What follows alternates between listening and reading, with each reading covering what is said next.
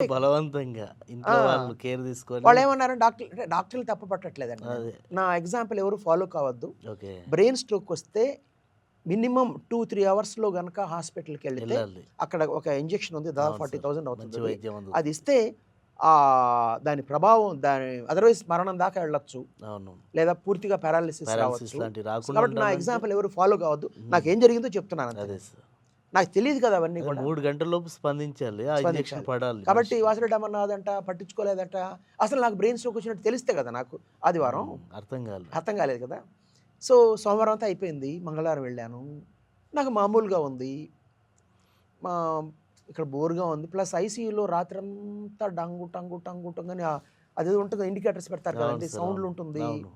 ఆహ్, వాళ్ళు నర్సులు వాళ్ళ పాపం వాళ్ళ కాలక్షేపంగా ఆఫ్‌కోర్స్ చాలా మెల్లగా మాట్లాడుకుంటూ ఉంటారు. నాకు మహా బోర్ కొట్టింది. మూడో రోజు అడిగాను. రెండో రోజు అడిగాను. నన్ను పక్క రూమ్‌కి షిఫ్ట్ చేసేయండి. అక్కడ టీవీ ఉంటుంది. మా మిసెస్ కూర్చుంటుంది. ఎవరైనా హ్మ్. తెలిసిన వాళ్ళు వస్తారు మాట్లాడుకుంటూ ఉంటాను అంటే, హ్మ్. అమ్మ మీకు క్లాట్ ఉంది. హ్మ్. అది ఎప్పుడు మూవ్ అయితే వెంటనే సర్జరీ చేయాల్సి రావచ్చు. హ్మ్. కాబట్టి ఎక్కడైతే వెంటనే మేము చేసేయగలం. హ్మ్. అక్కడికి పంపిస్తే మళ్ళీ ఎలా మిమ్మల్ని తెలుస్తుందండి అది మూవ్ అని? డాక్టర్స్ ఏదో చేసి ఎంఆర్ఐ స్కాన్‌లు చేసి అది ఓకే. చేశారండి. ఆహ్, సరే ఊరుకున్నాను. నాలుగో రోజు వచ్చింది. నాకింకా సహనం చచ్చిపోయింది. సార్ హ్మ్. ప్లీజ్ సార్ నన్ను మళ్ళీ పక్క రూమే ఇవ్వండి. అంతకు అర్జెంట్ అయితే తీసుకురావచ్చు హ్మ్. అని చెప్పాను. మొత్తానికి ఆయనకి ఏదో ఈ లోపల నన్ను ఒక స్పెసిమెన్ లాగా చాలామంది చూసారొచ్చి. హ్మ్. సీనియర్ డాక్టర్లు 85 ఏళ్ళు హ్మ్. అంటే రిటైర్డ్ అయిపోయిన డాక్టర్లు కూడా ఏంటి వీడు పెరా బ్రెయిన్ స్ట్రోక్ వస్తే మామూలుగా ఉన్నాడేంటి అని వచ్చి చూసారు అందరూ. ఓకే. వాళ్ళలో వాళ్ళు మాట్లాడుకుంటున్నారు. ఆ! ఆ రూమ్‌లో 3 రోజులున్నాను. హ్మ్. 3 రోజులు నాకు మామూలుగానే ఉన్నాను. ఏదో నాకు నా ఫుడ్ వేరండి. ఆ హ్మ్. క్యాంటీన్ ఫుడ్ పెట్టేవాళ్ళు. నాకు అది నచ్చేది కూడా కాదు. అట్‌లీస్ట్ రూమ్‌లో కొంచెం టీవీ వస్తూ పోతున్న వాళ్ళతో మాటలు, కాలక్షేపం నడుస్తుంది. 6 రోజులైంది. ఇంకా డాక్టరే పిలిసాడు. డాక్టర్ గోపాల్ గారు.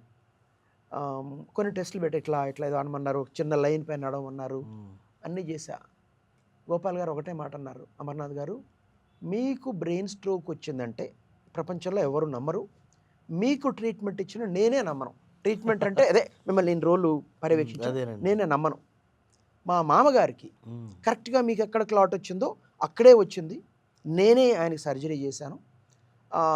ఆయన 20 ఏళ్లుగా పూర్తిగా కోలుకోలేదు. కొంచెం బెడ్‌రూమ్‌లోనే ఉన్నారు. హ్మ్. అంటే బెడ్‌రూమ్‌లో ఉంటారు. కొంచెం కష్టపడి స్ట్రోక్ బాత్రూమ్‌కెళ్తారు. ఎఫెక్ట్ ఉంది అని ఇంకొక చెప్తున్నారు. పేషెంటు 35 ఏళ్ళు. ఆయనకు కూడా నేను ట్రీట్మెంట్ ఇచ్చాను. హ్మ్. ఆయన కూడా ఇంకా ఫిజియోథెరపీతో రికవర్ అదే. అవుతున్నారు గానీ, పూర్తిగా పూర్తి కోలుకోలేదు. కాలేదు. మీకేమో అసలు ఎక్కడ ఛాయలే లేదు. హ్మ్. అసలు ఎవరు నమ్మరు. నేను కూడా నమ్మను. హ్మ్. కానీ జాగ్రత్త అండి. ఇది మళ్ళీ ఎప్పుడైనా తిరగబెట్టొచ్చు. మీరు తెగ వాకింగ్ చేస్తారంట. హ్మ్. కొన్ని రోజులు చేయకండి అన్నారు. హ్మ్. సరే సార్ డాక్టర్ చెప్పినప్పుడు మనం వినాలని సరే సార్ అని చెప్పాను. ఆహ్, ఇంటికొచ్చాం. డిశ్చార్జ్ అయిపోయి ఇంటికొచ్చాం. డ్రెస్ ఏసుకున్నాను. Track suit. మళ్ళీ కేబీఆర్ పార్క్‌కెళ్ళా. వారం రోజుల్లో జిమ్‌లో చేరా. స్టీల్ జిమ్ అని జూబ్లీ హిల్స్ హ్మ్. కేవీఆర్ పక్కనే ఉంటుంది. చేరాను. ఆ తర్వాత సిక్స్ ప్యాక్ సాధించుకున్నాను. ఇప్పటికి సిక్స్ ప్యాక్ ఉంది నాకు. ఓహ్! జీవితం సవాలు విసిరితే చితగ్గొట్టడం దాన్ని. హ్మ్. నాకు బ్రెయిన్ స్ట్రోక్ రాస్తావా?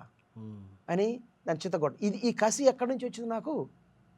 10వ క్లాస్ కష్టాల నుంచి. చెప్పాను కదా ఇందాక. అదేనండి. ఆ అన్ని అపజయాలు, ఎదురు దెబ్బలు అంటే ఇప్పటికి ఆ ఆరోగ్య ప్రభావం ఏమన్నా ఉందా అండి? ఏమీ లేదండి. ఎట్లా క్లాట్ క్లియర్ అయిందా మరి? ఎట్లా? క్లియర్ అయిపోయిందని డాక్టర్ గారు చెప్పారు. ఏంటి? క్లియర్ అయిపోయిందని చెప్పారు. ఎలా అయిందంటే చెప్పారు. ఎలా అయింది అదే తెలీదు. మరి వండర్ గదండీ అందుకే అది. అదే అనండి ఆయన మెడికల్ మిరకిల్ అంటే అన్నారాయన. మీ ఆలోచన విధానమే దాన్ని క్యూర్ చేసిందా ఏంటి? దేవుడనండి, పాజిటివ్ థింకింగ్ అనండి, ఆహ్, మెడికల్ మిరకిల్ అని ఆయనే అన్నారండి. అదే అందుకే సార్. నన్ను ఎవరు ఫాలో కావద్దని నేను చెప్తున్నాను. డేంజరే గదా! వేరే వాళ్ళకైతే.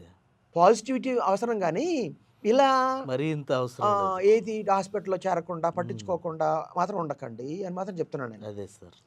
అది నేను బహుశా కోటిలో లేదా లక్షలో ఒక కేస్ గావచ్చు నాది. కావచ్చు. ఓకే. లేదా నా హెల్తీ హ్యాబిట్స్ నా అవును సార్. హెల్తీది హెల్ప్ చేసి అన్నిటి ఉండొచ్చు. అన్నిటికంటే మించి భగవంతుని అంటే భగవంతుడికి విసుగొచ్చిందండి. వీడికి ఇన్ని కష్టాలు పెడితే వీడు వెధవ తప్పించుకుంటున్నాడని చెప్పి వదిలేసాడు నన్నింక. ఆ! నా అకౌంట్ తీసి పడేసాడు. నువ్వు పోరా ఓకే. ఎక్కడికన్నా పోరా పోరా ఆ! అని అనిపిస్తుంది ఒక్కోసారి. అంటే భగవంతుని అలా అనకూడదు గానీయండి. అదే సార్.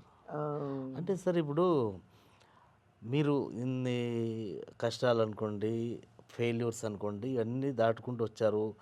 ఇంట్లో ఫ్యామిలీ ప్రాబ్లమ్ అంటే పాప చనిపోవడం కానీ, ఇంకోటి కానీ, ఇంట్లో సమస్యలు అంటే డబ్బులు లేకపోవడం, ఇలాంటి చాలా. తర్వాత ఆరోగ్యపరంగా కూడా సమస్యను ఎదుర్కొన్నారు. ఇవన్నీ ఎదుర్కొనే క్రమంలో మీరు ప్రతిరోజు నిత్యం ఇవన్నీ వ్యవహారాలు చూడడం, స్కూల్ విషయం కానీ, అక్కడ కోచింగ్ సెంటర్ కానీ అప్పటి నుంచి చూసుకుంటూ రావడం, ఈ ఒత్తిడి లేదా ఈ మేనేజ్మెంట్, స్ట్రెస్ మేనేజ్మెంట్ ఎలా చేస్తున్నారు? మీరు అన్నందుకు ఇప్పుడు బ్రెయిన్‌లో క్లాట్ వచ్చిన వాళ్ళు ఆరోగ్యంగా ఉండడం అనేది అరుదు. ఆపరేషన్ కూడా లేకుండా వితౌట్ ఆపరేషన్.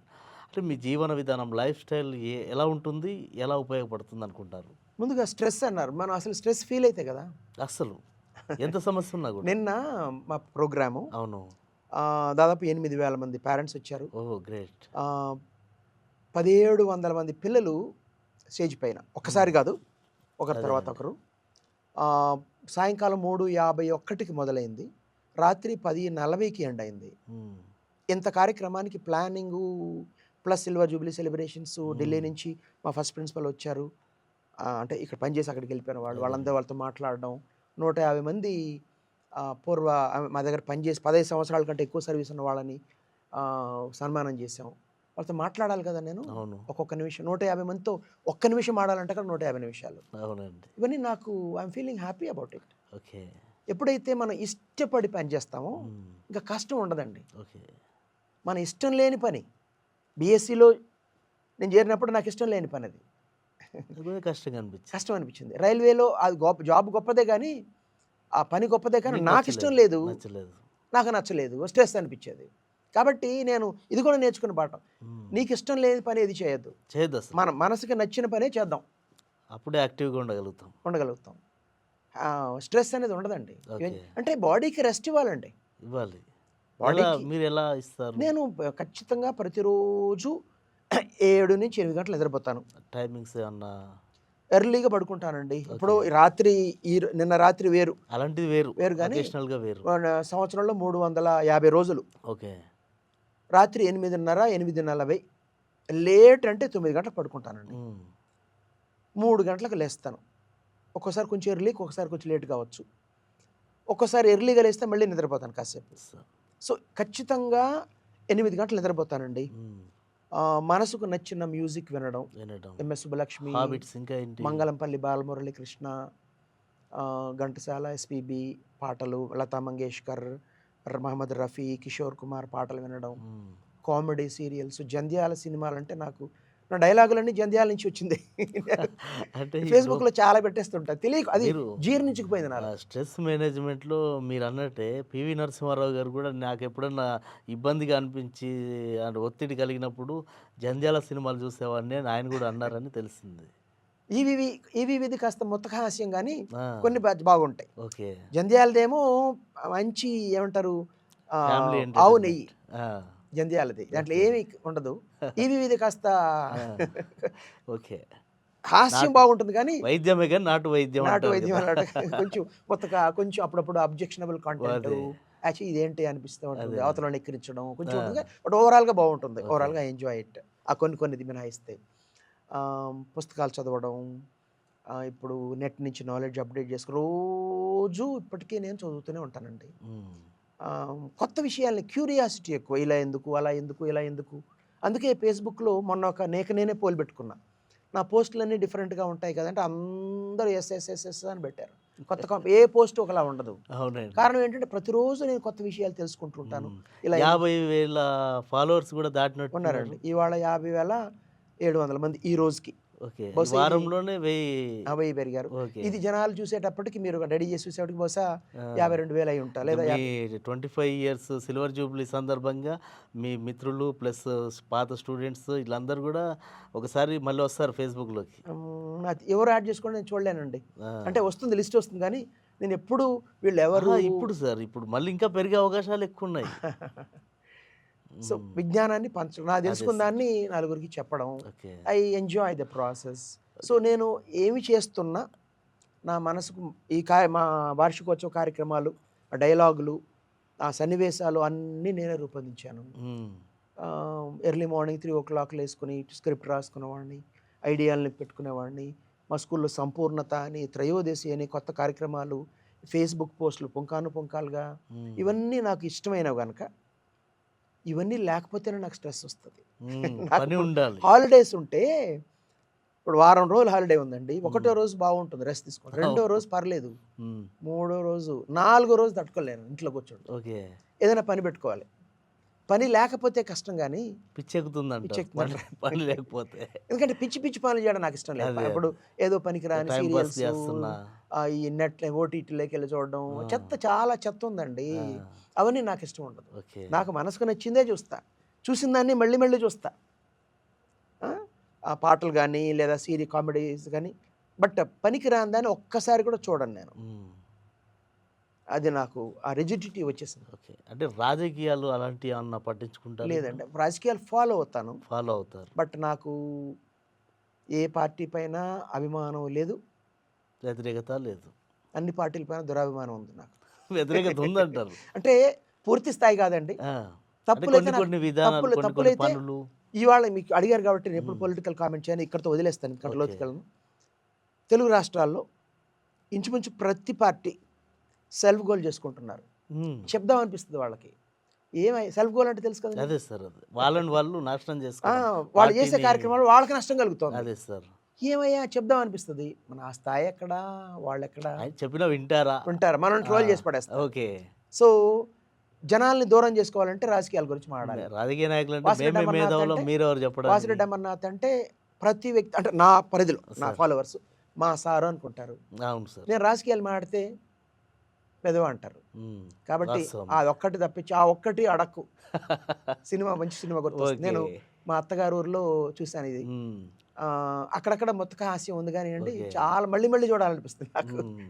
ఆ ఒక్కటే అడక రాజేంద్ర ప్రసాద్. రాజేంద్ర ప్రసాద్ అవునండి. ఆ రోజుల్లో సరే ఇప్పుడు వివాదం ఆయన పిచ్చిగా మాడుతున్నాడు. అది ఓకే. దాని గురించి మాట్లాడలేదు కానీ, చాలా మంచి సినిమాలు హాస్యం వచ్చేది. నాకు ఇప్పటికీ జంధ్యాల, రాజేంద్ర ప్రసాద్ కలిసారా సార్ రాజేంద్ర ప్రసాద్ లేదండి. ఎప్పుడు? నేను ఎవరిని యాదృచ్ఛికంగా కలవడం తప్పిస్తే, ఓకే. ప్రయత్నపూర్వకంగా నేనెవరిని అంటే నేను గొప్పోడని కాదండి. అదే. అదే. వాళ్ళ పనులు ఎందుకు డిస్టర్బ్ చేయాలి? డిస్టర్బ్ చేయాలి. మన పని మనం చేసుకుంటూ వెళ్ళిపోతాం. హ్మ్. ఇప్పుడు ఇందాక మా బట్టీనే ఉన్నాడు. అవును. వెళ్ళాలంటే ఆయన ఎప్పుడు బిజీగా ఉంటాడు. అపాయింట్‌మెంట్ తీసుకోవాలి. హ్మ్. ఎందుకు ఎప్పుడో సందర్భం వస్తే కలుస్తాం. ఓకే. అంతే. అంతే. అదే నా పరిస్థితి. అదే నా జీవన హ్మ్. విధానం. అంటే మొత్తం మీద రాజకీయాలకు అతీతంగా మీ పని మీరు జేసుకోవాలి. ఎవరి విషయంలో డాక్టర్ మీరు రావు గారు చెప్పిందిది. ఆ! వేలు రాజకీయాల్లో పెట్టొద్దు. వేలు పెడితే హ్మ్. నువ్వు ఇంగంతే. లేదంటే ఒక పార్టీ వాడయిపోవచ్చు. ఆ! నాకది ఇష్టం లేదు. పోనీ అలాంటి గొప్ప పార్టీ ఏమీ తప్పు లేదు అన్న పార్టీ ఉంటే బహుశా అయ్యేవాడినేమో. హ్మ్. నాకేం కనిపించట్లేదు అలాంటి పార్టీ. అందుకే రాజకీయం అంటారు కదా సార్. తప్పులు ఉంటాయి కాబట్టి రాజకీయం కాకపోతే అవుతుంది. కొన్ని పార్టీల్లో కొంచెం ఎక్కువ, కొన్ని పార్టీల్లో తక్కువ అలా ఉంటుందేమో అవునంతే. గానీ, అది కూడా విధానాలు వేరు. ఆయా పరిస్థితులు బట్టి. విధానాలు వేరు గాని రాజకీయం అంటే రాజకీయమే. అంతే. అంతే కదా సార్. కాబట్టి నేను ఓకే. దాని గురించి వెళ్ళనండి. మొత్తం మీద ఇప్పుడు స్లేట్ స్కూల్ స్టార్ట్ చేసి 25 ఏళ్ళు పూర్తయింది నిన్నటితో. అవునండి. ఆ సందర్భంగా యాక్చువల్‌గా మనం 2 నెలలుగా ఈ ఇంటర్వ్యూ పెట్టుకుందాం అనుకున్నాము. ఈ రజతోత్సవాల సందర్భంగా ఈరోజు అంటే మన నెక్స్ట్ డేనే జరగడం అనేది సంతోషకరమైన విషయం సార్. అది మొత్తం మీద జరిగింది. 25 ఏళ్ల వార్షికోత్సవ సందర్భం స్లేట్ స్కూలు ఇంకా ముందుకెళ్ళాలని కోరుకుందాం సార్. అయితే స్లేట్ స్కూల్‌కి సంబంధించి ఇంకోసారి మాట్లాడదాం. విధానాలు ఎలా ఉన్నాయి మన స్కూల్‌లో అనేది. ఇప్పుడు మీరు నెక్స్ట్ ప్లాన్ ఏముంటుంది? ఆహ్, స్కూల్ అండి. హ్మ్. స్కూల్‌కి సంబంధించి నేను చాలా నెమ్మదిగా ఎక్స్‌పాండ్ అవుతున్నాను. హ్మ్. మాట పడడం నాకిష్టం ఉండదు. ఓకే. మనల్ని నమ్మి ఎంతోమంది ఉన్నారు.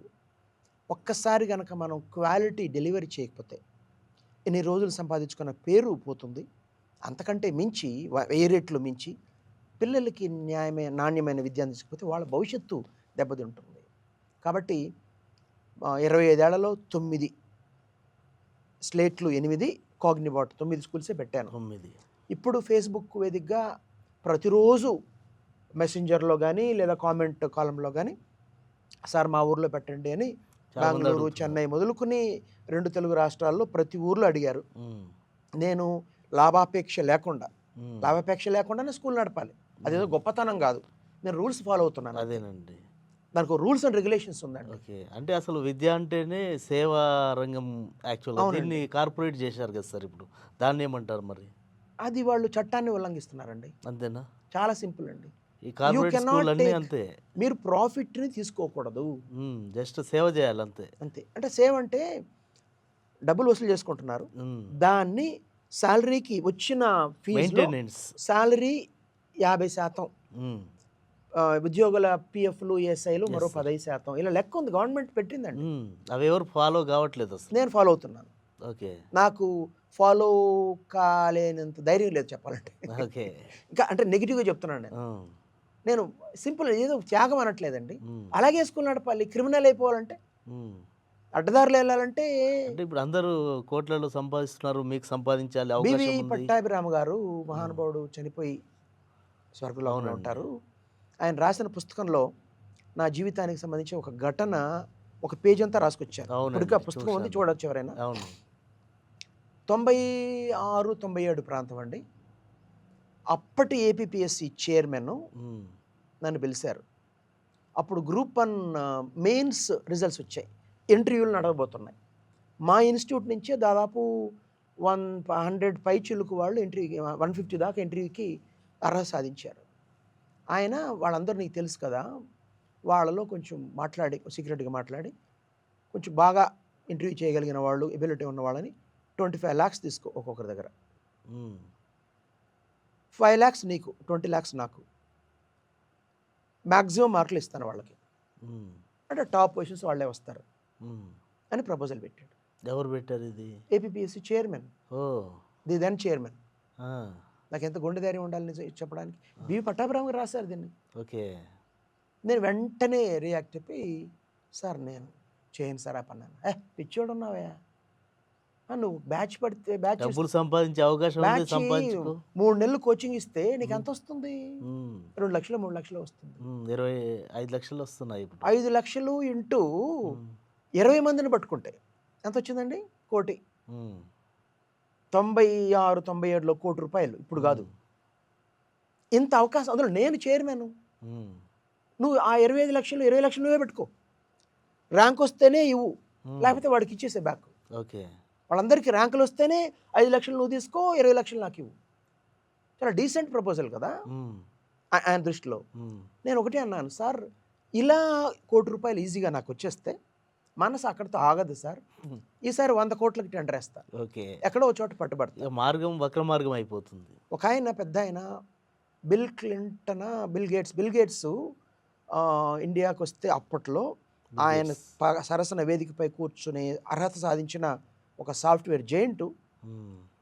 చెంచులగూడ జైల్లో నేను వెళితే, అంటే నేను క్రిమినల్గా వెళ్ళలేదు, హ్మ్. నా స్టూడెంట్స్ అక్కడ ఉన్నతాధికారులుగా ఉన్నప్పుడు హ్మ్. నా సామాజిక పరిశీలన కోసం వెళితే ఓకే. అక్కడ కనిపించాడు అతను. మనసు చివుక్కుమంది. ఎక్కడైనా ఎక్కడ స్థాయి ఏంటి ఇది అనేసి. ఎవరు మీరనేది సత్యం గారు అంటారు. వదిలేండి పేర్లు ఎందుకు మళ్ళీ. ఓకే. ఆయన్నే అంటే అవంట ఆయన్నే అడుగుతావు నీకెవరు వెళ్ళలేదా అంటారు. అదే. కాబట్టి అదే. నేను అంటే నేను అర్థమైంది. చెప్పొచ్చింది ఏంటంటే, తప్పుదారిలో గనక వెళితే హ్మ్. పతనం మామూలుగా ఉండదు. అది నాకెందుకు ఎప్పుడో ఒకప్పుడు ప్రభావం చూపిస్తుందంటారు. అసలు నాకు భయమండి. హ్మ్. పొరపాటున దేవుడు గనక నాకు అంటే ప్రత్యక్షం కాడు కానీ ప్రత్యక్షమై, "అరే అమర్నాథ్ నీకు 1000 కోట్లు ఇచ్చాను బోరా" అంటే హ్మ్. అది పెద్ద నరకం అనిపిస్తుంది నాకు. 1000 కోట్లు పెట్టుకుని ఆ! హైదరాబాద్‌లో మంచి బెస్ట్ హోటల్ అనుకుంటే ఆహ్, తాజ్ కృష్ణ, ఆ! లేదా గ్రాండ్ కాకతీయ, లేదా కొత్తగా వచ్చిన 1, 2 నోవోటెల్ అనుకుందాం. దాంట్లో ప్రెసిడెన్షియల్ సూటు, హ్మ్. లావిష్ బ్రేక్‌ఫాస్ట్, లంచ్, డిన్నరు పెట్టుకున్నామనుకోండి. 10 రోజులు ఓకే అండి లైఫు. హ్మ్. నెల రోజులు ఓకే. హ్మ్. ఆ తర్వాత మళ్ళీ మొదటికొస్తుంది. పని లేకపోతే బతకలేరండి మనిషి. అదే. అదే. అంటే పని అది. బతకడం కోసం, అంటే సంపాదన కోసం కాదు. హ్మ్. ఒక దశలో సంపాదన కోసం చేస్తాం. కానీ పని వల్ల, వర్క్ వల్ల మనకి ఆనందం, ఆరోగ్యం వస్తుంది. అవునండి. ఇది చాలామంది గ్రహించలేరండి. హ్మ్. కాబట్టి అప్పనంగా వచ్చే సొమ్ము, ఈజీ మనీ తలగడ కింద దాగున్న నాగుపాము నాగుపాము లాంటిది. ఎప్పుడైనా కాటేస్తుంది. మనిషిని ఎందుకు పనికి రాకుండా చేస్తుంది. నాకు తెలివితేటలున్నాయి, శక్తి సామర్థ్యాలున్నాయి, పని చేసుకుంటా, ఎప్పటికప్పుడు సంపాదిస్తా, ఆ హ్యాపీగా ఉంటా. పనిలోనే సంతృప్తిని బాతు వెతుక్కుంటారు. బంగారు గుడ్డు కథ. వర్క్ సాటిస్ఫాక్షనే రూ. 1,00,00,000 కోరుకునేది. గనుక ఆ రోజు వచ్చుంటే, హ్మ్. నేను ఖచ్చితంగా 100,00,00,000 టెండర్ ఏసేవాడిని. కాస్త వెనక్కెళ్దాం మా నాన్న గురించి చెప్పాను కదా! అవునండి. మా నాన్న ఒక దశలో నా ఆస్తులు ఏది నీకు ఇవ్వను పోరా అన్నాడు కూడా. హ్మ్. నిజంగానే తీసుకోలేదు నేను ఇప్పటి వరకు కూడా. ఇప్పటిదాకా. ఓకే. అంటే మా నాన్న పెద్ద సంపాదించలేదనుకోండి అది వేరే విషయం. హ్మ్. ఉన్నదైనా కూడా. ఉన్నదని తీసుకోలేదు. మా ఆయన కట్టిన ఒక బిల్డింగ్ మా చెల్లికి ఇచ్చేసాను. హ్మ్. ఊళ్ళో పొలాలున్నాయి. అది కూడా నేను తీసుకునే ఉద్దేశం లేదు. హ్మ్. మా నాన్న గనక ఆయన సంపాదించిందంతా బెంగుళూరులో పెట్టుంటే బెంగుళూరు పెరిగిన రేట్లకి బహుశా ఇప్పటికి 100,00,00,000 వచ్చుండేది. హ్మ్. ఆ 100,00,00,000 నాకుంటే ఎందుకు పనికి రాకుండా తయారయ్యేవాడినేమో నేను. కరెక్టే కదా సార్. కాబట్టి అదేనండి. దేవుడు శిక్షించాడు అనుకుంటాం గదా! హ్మ్. ఇది మనకెందుకు నెగెటివ్ అనుకుంటాం కదా! అవన్నీ నీకు వరాలు. నువ్వు దాన్ని వరంగా మార్చుకోవాలంతే. హ్మ్. మా నాన్న నన్ను డబ్బు అడగద్దనడం, నా ఆస్తి నీకివ్వననడం, ఆహ్, నాకు జరిగిన వరుస అపజయాలు అదే నన్ను నిలబెట్టాయి ఇవాళ. అదే నన్ను లైఫ్‌ని ఎంజాయ్ చేసేలా, జీవితానికి అసలైన అర్థం, పరమార్థం తెలుసుకునేలా చేసాయి. నేను ఫిలాసఫీ చెప్పట్లేదు. అదే సార్. సైన్స్, సోషల్ సైన్సు, హ్మ్. బయోలాజికల్ మనిషి యొక్క ఆలోచన విధానం, హార్మోన్సు, మైండ్, బ్రెయిన్ ఎలా పనిచేస్తుంది, ఆక్సిటోసిన్ హార్మోను, ఇతరత్ర హ్యాపీ హార్మోన్సు, నెగెటివ్ కార్టిజాల్ హార్మోను, ఆ విధంగా మాట్లాడుతున్నా. I'm not even speaking philosophy. అలా హ్మ్. అనిపిస్తది గానీ. అంటే ఇప్పుడు చాలామంది మీరన్నట్టు చిన్న ఫెయిల్యూర్స్‌కి ఆత్మహత్యలు చేసుకుంటున్నారు కదా సార్. అందున మీరు విద్యారంగంలో ఉన్నారు. స్కూల్ అధినేత కాబట్టి ఏమనిపిస్తుంది మీకు అలా ఆత్మహత్యలు చేసుకున్నప్పుడు? చెప్పేవారు లేకుండానండి. అంటే అలా ఎవరు చెప్పాలి? పేరెంట్స్ మాట వినరు. ఆ స్థాయిలో ఉన్నోళ్ళు. పేరెంట్స్ కూడా ఒకప్పుడు కథలు చెప్పేవాళ్ళు. హ్మ్. చిన్నప్పటి నుంచి పిల్లలు కథలు చెప్తే, కథలంటే ఒట్టి కథ చెప్పంగా కథలో నీతి చెప్తున్నాం. నీతి చెప్పాలి. సమాజానికి అన్వయిస్తాం. అరే! మా అమ్మ, నాన్నకి చాలా తెలుసు అని ఆ తర్వాత కూడా వింటారు. వింటారు, అడుగుతారు కూడా. హ్మ్. నువ్వు చిన్నప్పుడు చేతికి సెల్ ఫోన్ ఇచ్చేసి, హ్మ్. ఏం మాట్లాడకుండా వాళ్ళు 6, 7 తరగతిలో వస్తారు. "రేయ్ చదువు, హోంవర్క్ చెయ్యి" అని లెక్చర్స్ దంచితే మీ మాట వినరు. అలవాటు చేసింది మీరేగా. అదే. మా నాన్న, మా అమ్మ చిన్నప్పటి నుంచి నాకు ఎన్నో కథలు చెప్పేవారు. సినిమా చూసొస్తే 3 గంటలు చెప్పేవాడు మా నాన్న. 12 స్టోరీ కాపురం, మొత్తం. 12 కాపురం సినిమా చూస్తే 'రాజపార్టు రంగదొరై' అని తమిళ్ హ్మ్. శివాజీ మా నాన్న శివాజీ అభిమాని. హ్మ్. శివాజీ గణేషన్. అదే. 3 గంటలు మొన్న తిరుపతిలో చూసాను అది నా సినిమాని. హ్మ్. మా నాన్న చెప్పిందే నాకు బాగుందనిపించింది. ఆ సినిమా బాలేదనిపించింది నాకు. అంత బాగా చెప్పేవాడు. ఆహా! కళ్ళకి కట్టినట్టు చెప్పేవాడు. ఓకే. అది కథ చెప్పే పద్ధతంటారు. 'తాత మనవడు' సినిమా చూసి మా అమ్మ, నాన్న నాకు కథ చెప్పి చర్చించుకుంటున్నారు. హ్మ్. అందులో 'తాత మనవడులో' కొడుకు కొంచెం ఉన్నత స్థానానికెళ్ళేప్పటికి హ్మ్. అమ్మా, నాన్నని పట్టించుకోడు. చివరికి అమ్మ వాళ్ళ ఇంట్లో పని మనిషిగా చేరుతుంది. మనవడు అమర్నాథ్ కూడా ఇలాగే చేస్తాడా మనల్ని పెద్ద అయితే అని నాకు ఎదురుగా నేను వినాలని చర్చించుకున్నారు. హ్మ్. అంటే అమ్మా, నాన్నని గౌరవించాలి హ్మ్. అన్నదాన్ని నాకు నూరి పోశారు. మా అమ్మ ఇప్పటికీ మా నాన్న చనిపోయారు 10 ఏళ్ల క్రితం. హ్మ్. ఇంట్లో ఉంది. అమ్ముంది. గర్వంగా అందరికి చెప్పుకుంటుంది. నా కొడుకు హ్మ్. నన్ను చాలా బాగా చూసుకుంటున్నాడని. గర్వంగా అందరికి వాళ్ళ ఫ్రెండ్స్‌కి హ్మ్. ఆమెకి 84 ఏళ్ళు ఇప్పుడు 85 ఓకే. ఏళ్ళు. ఆమె ఆరోగ్యంగా ఉన్నారు. సమకాలీకులు తక్కువ మందే ఉన్నారు. హ్మ్. కొంచెం చిన్నవాళ్ళు. వాళ్ళందరికీ ఫోన్‌లు చేసి ఆమె హ్యాపీగా నాకేంటమ్మా ఇట్లా అని చెప్పుకుంటుంటుంది. నా కొడుకు బంగారం అదేదో నన్ను గొప్ప అని బాగా కూడా చెప్పట్లేదు. చూసుకున్నారు. మినిమమ్ డ్యూటీ నాకు. బాధ్యతగా చేస్తున్నారు మీరు. Minimum duty. అదేనండి. కొడుకుగా పుట్టినందుకు అదేనండి. కనీస కర్తవ్యం అంతే. అదేదో గొప్ప విషయం కాదు. అదేనండి. చాలామంది ఇప్పుడు మీరు ఈ మాట అన్నారు కాబట్టి అడుగుతున్నాను. తల్లిదండ్రుల విషయంలో పిల్లలు చేసే పొరపాటేంటి? వాళ్ళని అంటే వయసు పెరిగిన తర్వాత బాగా చూసుకోవాల్సిన బాధ్యత పిల్లలపై ఉంటుంది కదా సార్! కొందరు పట్టించుకోవట్లేదు. అలాంటి వారిని మీరేమని అంటారు? ఏమని సలహా ఇవ్వగలుగుతారు? మా ఇంట్లో ఇప్పుడండి ఆ! 4 కుక్క పిల్లలున్నాయి. ఓకే. 2005లో మా అమ్మాయి రితిక చనిపోయిన తర్వాత హ్మ్. మా మిసెస్ ఒక రకంగా డిప్రెషన్‌కెళ్ళిపోయింది. యెస్. ఆహ్, 2010కి మా పెద్దమ్మాయి కూడా ఇంకా హైర్ స్టడీస్‌కి ఆహ్, ఢిల్లీ సోనేపట్‌కెళ్ళింది. హ్మ్. సో, ఇంట్లో అమ్మాయి కూడా లేదు. ఒంటరితనం. ఆ సందర్భంలో మా అమ్మాయి ఇక్కడొచ్చినప్పుడు ఆహ్, ఒక కుక్క జెస్సీ అని పేరు పెట్టాం. తర్వాత కుక్క పిల్లని తీసుకొచ్చాం. ఆమె అప్పటికి, ఇప్పటికి అదే నమ్ముతుంది. చనిపోయిన రితిక జెస్సీగా పుట్టింది అని. హుహు. ఆ జెస్సీ చనిపోయింది 12 ఏళ్ళు అయిన తర్వాత. హ్మ్. ఆ జెస్సీనే ఇప్పుడు మా అమ్మాయికి కొడుకుగా పుట్టాడని మా మిసెస్ అనుకుంటుంది. ఓకే. ఎందుకు చెప్తున్నాను ఇవన్నీ సెంటిమెంట్ గురించి మాట్లాడట్లేదు నేను. హ్మ్. ఇంట్లో 2005 నుంచి 10 దాకా మా మిసెస్ యొక్క ఆమె ఆఫ్‌కోర్స్ మానసిక రోగి కాలేదు కానీ కొంచెం డిప్రెషన్ ఒక ఉంటుంది. ఒక స్థాయి డిప్రెషన్లో ఉంది. అవును. ఎప్పుడైతే ఇంట్లోకి 4 కుక్క పిల్లలు వచ్చాయో, ఇప్పుడు మా అమ్మాయికి 2 కొడుకులు, వాళ్ళతో మా అమ్మ వచ్చి అప్పటిదాకా ఊర్లో ఉండేది, ఇంటికి వచ్చింది. ఇల్లంతా సందడిగా ఉంటుంది. ఓకే. అందరికీ అవకాశం, అదృష్టం రాదని కొంతమంది అనుకోవచ్చు. మన ప్రయత్నం చేయాలండి. అంతే. నలుగురితో కలిసి ఉంటే అమ్మ, నాన్న, కొడుకు, కూతురు, మనవాళ్ళు, మనవరాళ్ళు వాళ్ళ వయసు బట్టి అందరితో పాజిటివ్గా గనక ఉండగలిగితే, నోరు మంచిదైతే ఊరు మంచిదవుతుంది. మనం గనక పాజిటివ్గా ఉంటే చాలా మటుకు మనతో పాజిటివ్గా ఉంటారు. కొంతమంది ఉంటారు, వాళ్ళని దూరం పెట్టచ్చు ఎవరన్నా నెగిటివ్. అదే సార్. బెనిఫిట్ పొందేది మనమేనండి. మనిషి సంతోషం. మనిషిలాగే బతకగలడు. నేను చెప్పాను కదండి, నా విద్యార్థులు పోలీసులు విభాగంలో, జైలు విభాగంలో అత్యున్నత స్థాయిలో అనేక మంది ఉన్నారు. నా సామాజిక పరిశీలన కోసం నేను చాలాసార్లు జైల్లో కూడా వెళ్ళి చూశాను, నేను చూసి వచ్చాను. జైల్లో వెళ్ళిన వాళ్ళందరూ నేరం చేసిన వాళ్ళు లేదా నేరారోపణ అయిన వాళ్ళు. అక్కడికి వెళ్ళి మళ్ళీ నేరం చేస్తారు కొంతమంది.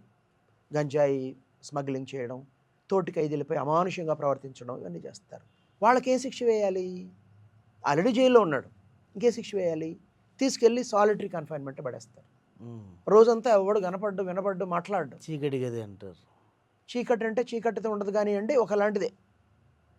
ఓకే, మామూలుగా అయితే వాళ్ళు 15-20 మంది ఒక చోట ఉంటారు. వాళ్ళు పగటిపూట పనిచేస్తారు, ఇండస్ట్రీలు ఉంటాయి, దాంట్లో పనిచేస్తారు, సాయంత్రం ఆడుకుంటారు, కలిసి పడుకుంటారు, ఇవన్నీ ఉంటుంది. బట్ తీసుకెళ్ళి సాలిటరీ కన్ఫైన్మెంట్ పడేస్తే, జైలు ఆఫీసర్లు చెప్పింది, సార్ వారం రోజులు పెడితే ఎంత కరుడుగట్టిన ఖైదీ అయినా వణికిపోతారు, కాళ్ళు పట్టుకుంటారు. వాడిని అప్పటిదాకా మేము ఒకళ్ళు కొట్టినా చిత్రహింస పెట్టినా వినని వాడు ఈ పని చేస్తే ఆ ఒంటరితనం అనే శిక్ష భరించలేరు. ఒంటరితనానికంటే మించిన శిక్ష లేదండి. అవునండి. నెల రోజులు గనక ఒక వ్యక్తిని ఎవరితో కలవనీయకుండా చేస్తే గ్యారంటీ పిచ్చి పడుతుంది. పూర్తి స్థాయి మెంటల్ డిజార్డర్ వచ్చేస్తుంది. చాలామంది కావాలని చెప్పి శిక్ష వేసుకుంటున్నారండి. లేదా ఈ వర్చువల్ ప్రపంచం, టీవీల్లో కనిపించేది, సెల్ ఫోన్లో కనిపించేది, దాంతో ఎంటర్టైన్ అవుతున్నారు. అది వేరు, అది ప్రపంచం కాదు. దానివల్ల నీకు బ్రెయిన్లో, నేను సైన్సే చెప్తున్నానండి, ప్రీఫ్రాంటల్ కార్టెక్స్, ఏసీసీ ఒక భాగం, దాంట్లో గ్రే మ్యాటర్ తగ్గిపోయి నీకు విచక్షణ జ్ఞానం చచ్చిపోతుంది. నేను సైన్స్ మాడుతున్నాను. విచక్షణ జ్ఞానం చచ్చిపోతాయి, రీజనింగ్ స్కిల్స్ పోతాయి, సంయమనం పోతుంది, అగ్రెషన్ పెరుగుతుంది, డిప్రెషన్ వస్తుంది. ఇలా తమ బాడీని వాళ్ళే పనిష్ చేసుకుంటున్నారు. పిల్లలకు కూడా అదే దారి చూపుతున్నారు. నలుగురితో కలిసి ఉంటే నాకు రోజంతా సందడే. పొద్దున లేచినప్పటికీ నేను ఫేస్బుక్తో కనెక్ట్ అవుతున్నాను, ఒక 2 గంటలు పోస్టులు పెడుతున్నాను. ఆ తర్వాత ఇంట్లో పిల్లలు, కుక్క పిల్లలు, మా మిస్సెస్, మా అమ్మాయి, అల్లుడు అప్పుడప్పుడు వస్తారు. లేదా మా అమ్మాయి అల్లుడు రావడం అంటే ఆయన బిజీగా తక్కువ ఉంటుంది, కానీ మా అమ్మాయి అయితే సగం రోజు సగం అక్కడ ఉంటుంది, సగం ఇంటి పక్క దగ్గరే ఇల్లు, సగం ఇక్కడే ఉంటుంది. ఇంకా స్కూల్కి పోతే పిల్లలు, రోజంతా నేను సందడిగా బతుకుతాను. అందుకే అదే అంటే ఇక్కడ విషయం ఏంటంటే, తల్లిదండ్రులని పట్టించుకోవట్లేదు, పిల్లల్ని అయితే పట్టించుకుంటున్నారు. కాబట్టి పిల్లలు మనకి ఎంత ముఖ్యమో మనం వాళ్ళకి అంతే ముఖ్యం. అలాంటప్పుడు తల్లిదండ్రులను ఎందుకు పట్టించుకోకుండా ఉంటున్నారు? మీరు అడిగిన ప్రశ్నకి చిన్న వేరియేషన్ సమాధానం అండి. సార్, పిల్లల్ని పట్టించుకుంటున్నారంటే పట్టించుకోవాల్సిన విధంగా పట్టించుకోవట్లేదు. మంచి స్కూల్లో చేర్పిస్తే, ఓకే, ఎక్కువ ఫీజు కట్టేస్తే, సెల్ ఫోన్ ఇచ్చేస్తే పని అయిపోతుంది అనుకుంటున్నారు. కానీ పిల్లలతో కూర్చుని మాట్లాడాలి, వాళ్ళ వయసు బట్టి కథలు చెప్పాలి, పాటలు పాడాలి, విషయాన్ని చర్చించాలి, ఆ ఆలోచన చాలా తక్కువ మందికి ఉందండి. అది పెంపకం. ఇక తల్లిదండ్రులు అంటారా, ఎప్పుడైతే మీకు ఈ ప్రేమానుబంధాల దాని యొక్క మధురిమ అర్థం కాదో అన్నిటిని మెటీరియలిస్టిక్గా చూస్తారు. మీరు తల్లిదండ్రుల్ని పట్టించుకోరు అన్నది తప్పండి. అమ్మని పట్టించుకుంటారు. ఎందుకు? అమ్మ సేవ చేస్తుంది చేతగానప్పుడు. ఫ్రీ మేడ్ చేతగానప్పుడు పక్కన పెట్టేస్తారు. అంటే అందరూ అలా లేదండి, ఒక పర్సంటేజ్. నాన్న అయితే ఎందుకు పనికిరాడు, ఒట్టిపోయిన ఎద్దు అంటే బొసలు ఎద్దు, ఇక సేద్యానికి పనికిరాదు. ఇంట్లో కూర్చుంటే లెక్చర్స్ దంచుతుంటాడు, ఇది వద్దు అది వద్దు అని నచ్చ పెడుతుంటాడు. వీడిని దూరం చేసుకుంటాడు. దూరం అంటే ఓల్డేజ్ హోమ్లో పడేస్తే బెటర్. అమ్మ అయితే ఇక మరీ బెడ్ పై నుంచి దిగలేని స్థితి వచ్చేంత వరకు కిచెన్లో వెళుతుంది, ఏదో చేస్తుంది, పిల్లల్ని కాసేపు సంరక్షిస్తుంది. ఏమంటారు child care, domestic care maid, అన్నీ. హోమ్ కేరు ఇవన్నీ ఉంటుందిగా. హ్మ్. అలా కూడా జరుగుతున్నాయి కదా సార్. చాలా. అందరూ కాదు, చాలా. అవునండి. దీనికి ఏమన్నా సొల్యూషన్ బాధ్యత జనాలకి తల్లిదండ్రులపై ఇప్పుడు పిల్లల మనం బాధ్యత. లెక్చర్స్ ఇస్తే వినరండి. ఓకే. ఎవరికి వాళ్ళే మీరు ఆలోచించాలంటారు. ఇది చేయండి అంటే వినరు. దానివల్ల వచ్చే బెనిఫిట్స్ ఏంటో చూడండి అయ్యా. ఓకే. అమ్మా నాన్న ఇంట్లో ఉంటే హ్మ్. వాళ్ళతో మాట్లాడుతుంటే, వాళ్ళు పిల్లలతో మాట్లాడుతుంటే ఇంక అంతకంటే ఉందా? నాలెడ్జ్ వస్తుంది. నాలెడ్జ్ చాలా వస్తుంది. విషయాలు తెలుస్తాయి. సోషల్ ఇంటెలిజెన్స్ అనేది చాలా ముఖ్యమండి. అవునండి. సామాజిక తెలివితేటలు. హ్మ్. దాంతో లింక్ అయి ఉంది ఎమోషనల్ ఇంటెలిజెన్స్, భావోద్వేగ తెలివితేటలు. అవును. ఇలాగే పెరిగింది మానవాళి. కేవలం భార్యాభర్త, అదే కుటుంబం అన్నట్టుగా జీవిస్తున్నారు పిల్లలు కదా. అదైనా పర్లేదండి వాళ్ళు టైం స్పెండ్ చేస్తే. ఓకే. వాళ్ళు ఒకప్పుడు 5:30కి ఆఫీసులు అయిపోయేవండి. హ్మ్. అవును. ఒకప్పుడైతే మహిళలు ఉద్యోగాలు చేసేవారు కాదు, చేస్తున్నారు. ఇప్పుడు చాలా గొప్ప విషయం, నేను దాన్ని ఆహ్వానిస్తాను. మహిళలు కూడా చేయాలి. కానీ ఒకప్పుడు ఆఫీసులు 5:30, 6కి వచ్చేవాళ్ళు ఇంటికి. ఇప్పుడేమో రాత్రి 11 దాకా ఆఫీసులు. పోనీ ఇంట్లో ఉన్న సెలవైనా, ఉద్యోగం చేయకపోయినా మీ లోకం మీది.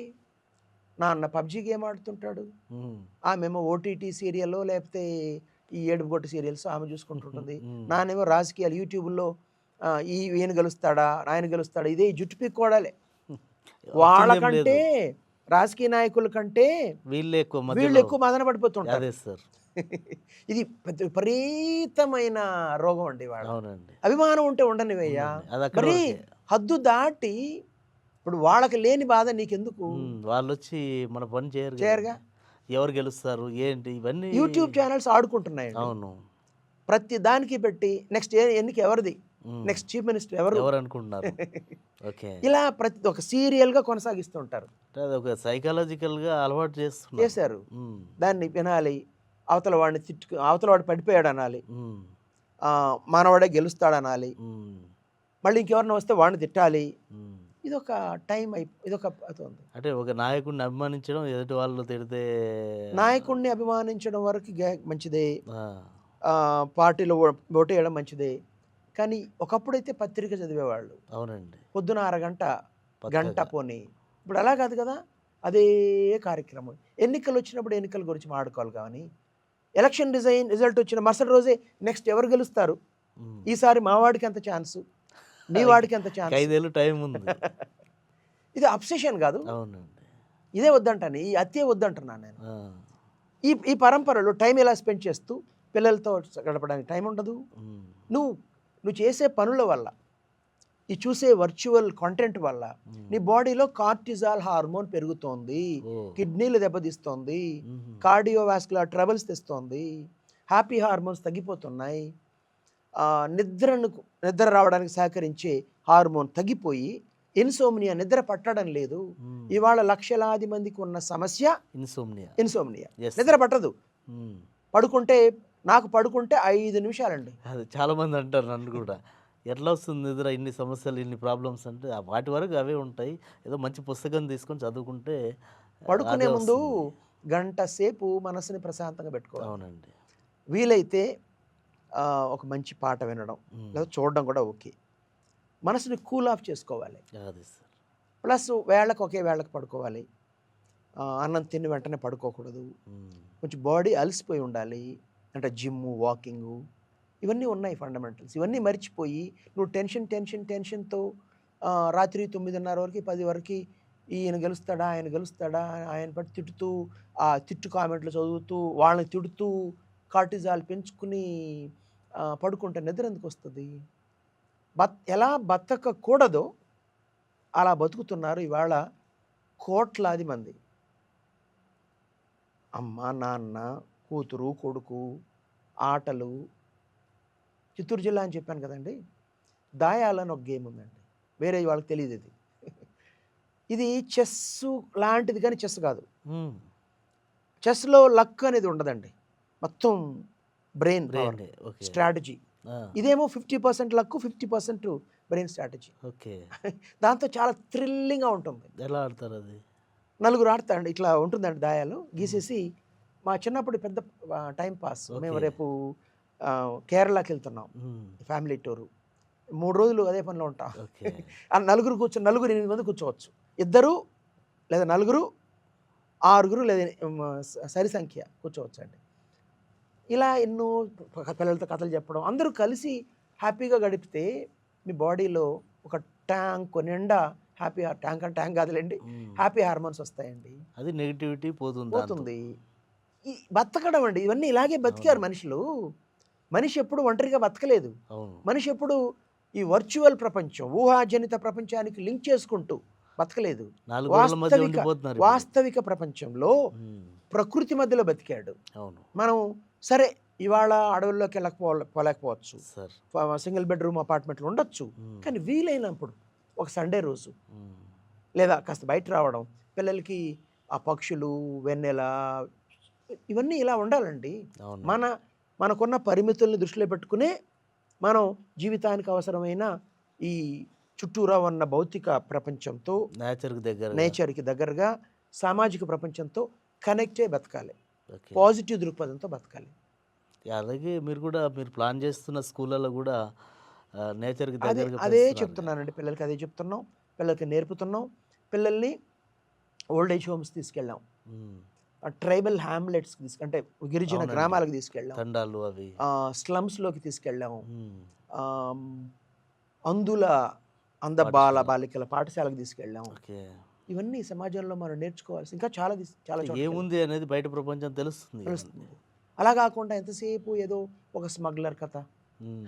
ఒక ఇలాంటి మనకి జీవితానికి కనెక్షన్ సంబంధం లేని ఉమ్. లేదా జీవితానికి నెగిటివ్ పాఠాలను ఇచ్చే వాటితో బ్రెయిన్ వినోదం పేరుతో నింపేస్తే వాస్తవిక ప్రపంచానికి డిటాచ్ అయిపోతావు. వాస్తవిక ప్రపంచంలో ఫెయిల్ అవుతావు. నువ్వు ఓకే.